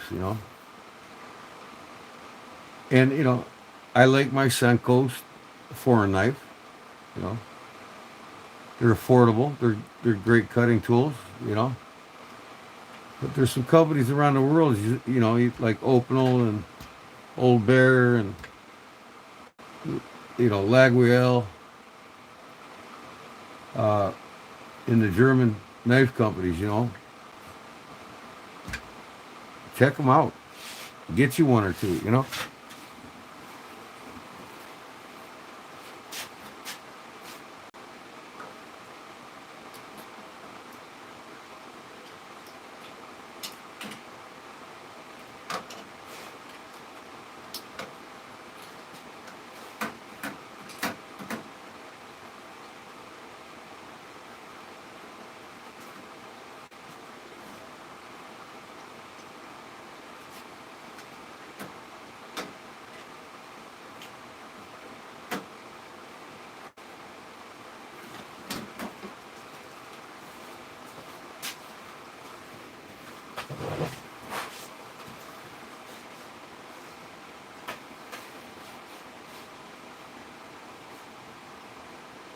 Rustic looking, I guess, is what it was sharp as hell and held an edge.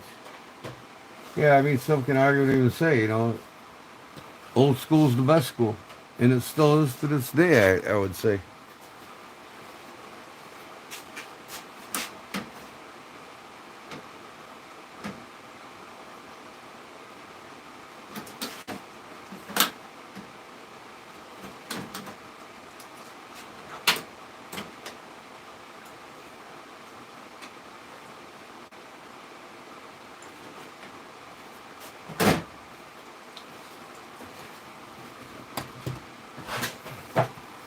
These are my two favorite mods that I did.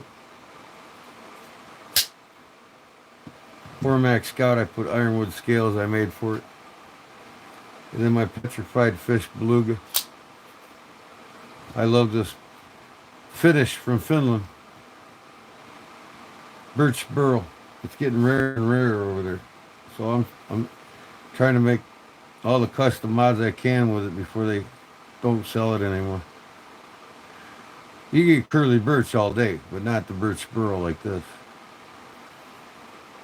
It's a little more expensive.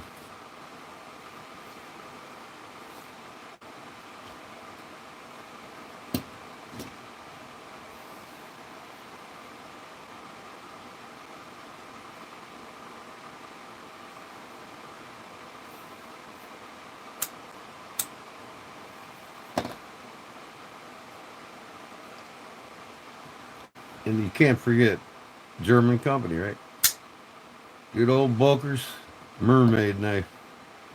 There you go, Yukon. Get you a mermaid knife by Bulker. If you live on the water, brother, that's the knife you gotta have, the rainbow. It's 440A, which is the lowest grade of 440 stainless. But it's just a collector thing, If you're serious about collecting folders, you gotta at least have a nostalgic piece in your collection.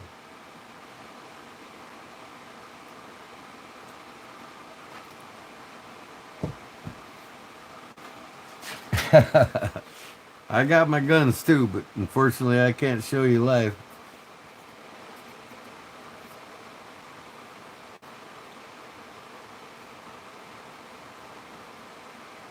Where you from, Yukon Bob? Yukon Bub?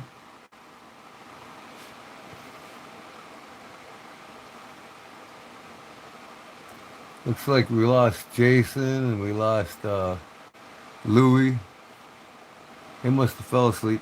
Alaska. Wow, that's cool. I'd always wanted to move there, man, but my wife couldn't handle it. I can handle it. I can live off the land. I don't need a. I can make a hobo shelter and live there peacefully the rest of my life.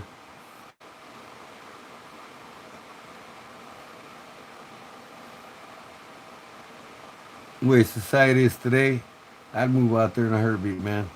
Build myself a cabin in the middle of nowhere and invite very few friends a few times a year.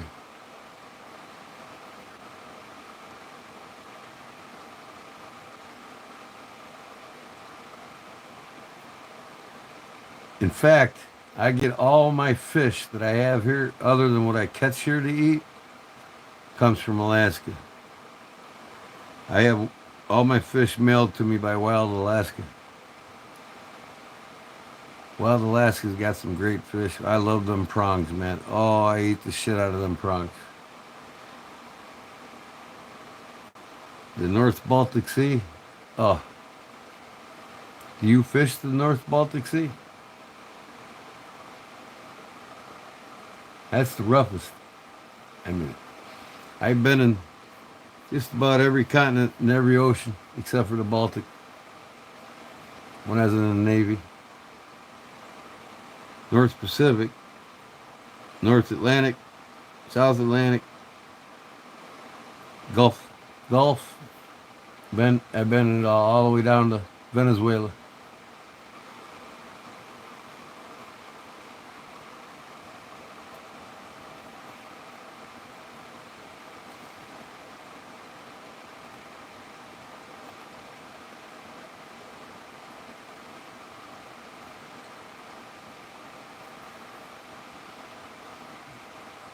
Some scumbag racist come on here. I had to get rid of him.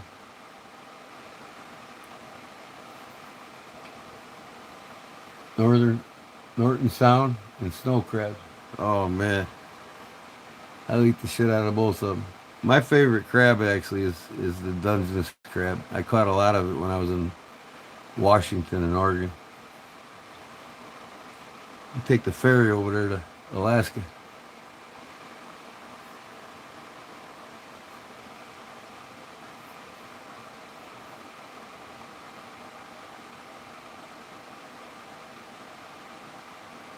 Why do I ban people?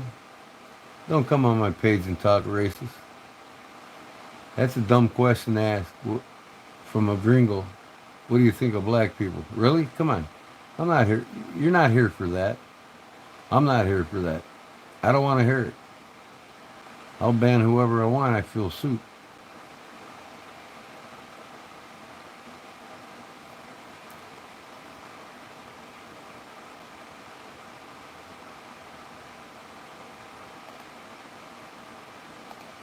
See ya. Wouldn't want to be.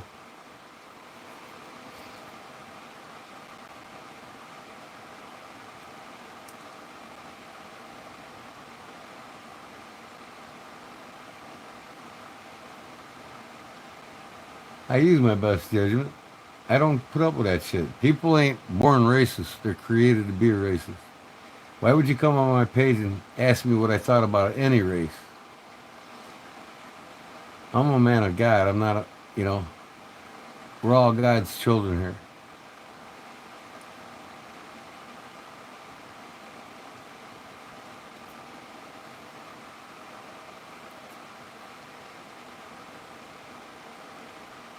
It's just a bunch of kids that don't get enough attention from their parents, so they got to seek it online. Usually kids are the ones that ask the dumbest questions.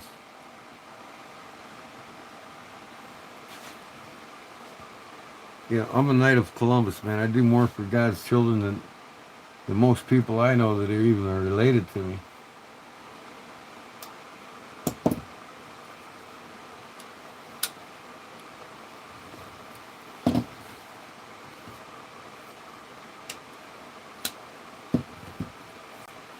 That's right. Kids are growing up without good parents. Like I said earlier, it's a feminist movement that's created by the creators to dumb down the society and to make women and men both dumb. The younger generations are the dumbest. And that's not hate either. That's just facts. Kids today that grow up to be men don't know how to be men to women. And women that grow up, girls that grow up today, they become women, don't know how to be women to men. Last two generations. And it's getting worse. You know, people like me got to push the truth and tell people what's up. If they don't like it, too bad. It's the way it is.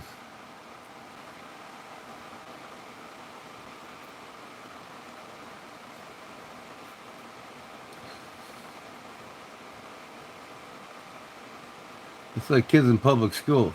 They don't go there to learn anything. Nothing in the public schools taught to be practical in your life and life skills. It's all an indoctrination of stupidity, basically.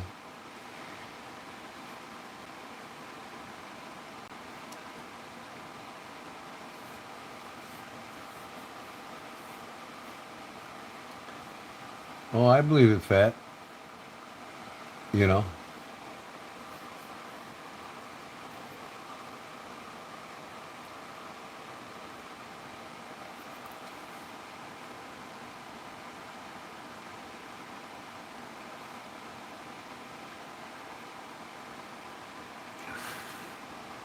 Yeah, I mean, you know, that's part of the feminist movement, the gender identification.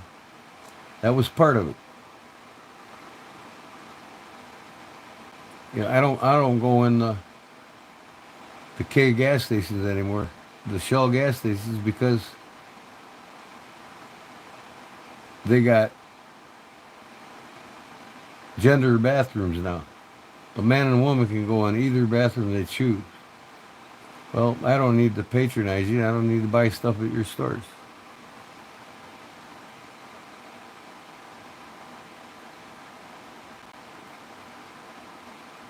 That's cool, fat. All right, I hate to say this, but I got to break up this party. Put these knives away and hit my pillar. It's been fun talking to you all. Part of collecting knives is the fun of showing them, right? And I like to show the history of them and how they're made, and you know, that's right. I love all God's children until they give me a real reason not to love them. And even so, I forgive them. Like some of my banned from my channel tonight. I forgive them. But there's a time and a place for your stupidity. And it ain't here.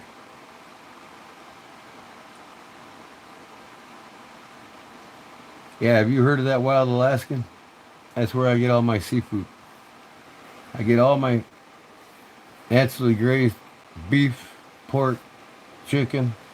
All that comes from Seven Brothers Farm in Indiana. So all my meats and seafood and fish are mailed to my house. I don't buy none of that shit in the grocery stores. And I'm starting a chicken coop now. I'm going to have about 30 chickens here pretty quick. Get my own eggs. Starting to get off the grid. Arizona. Thanks, UConn, for joining us. You betcha, man. UConn sounds cool as hell. I enjoyed the conversation with you, UConn. Appreciate it, bud.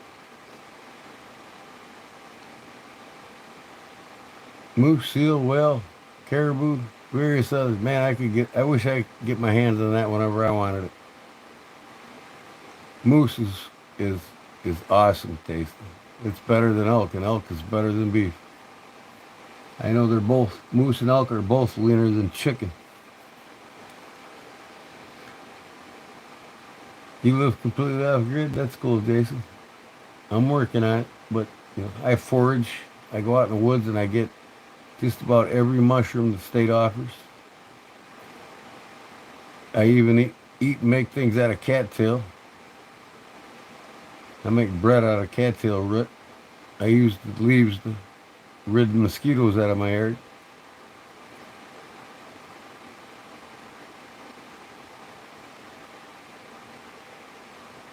Water from the well, meat from a goat.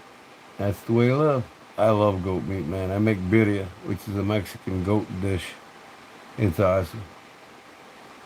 I always got goat in my freezer. I'm starting to learn how to make cheese now. I want to make all my own cheeses. But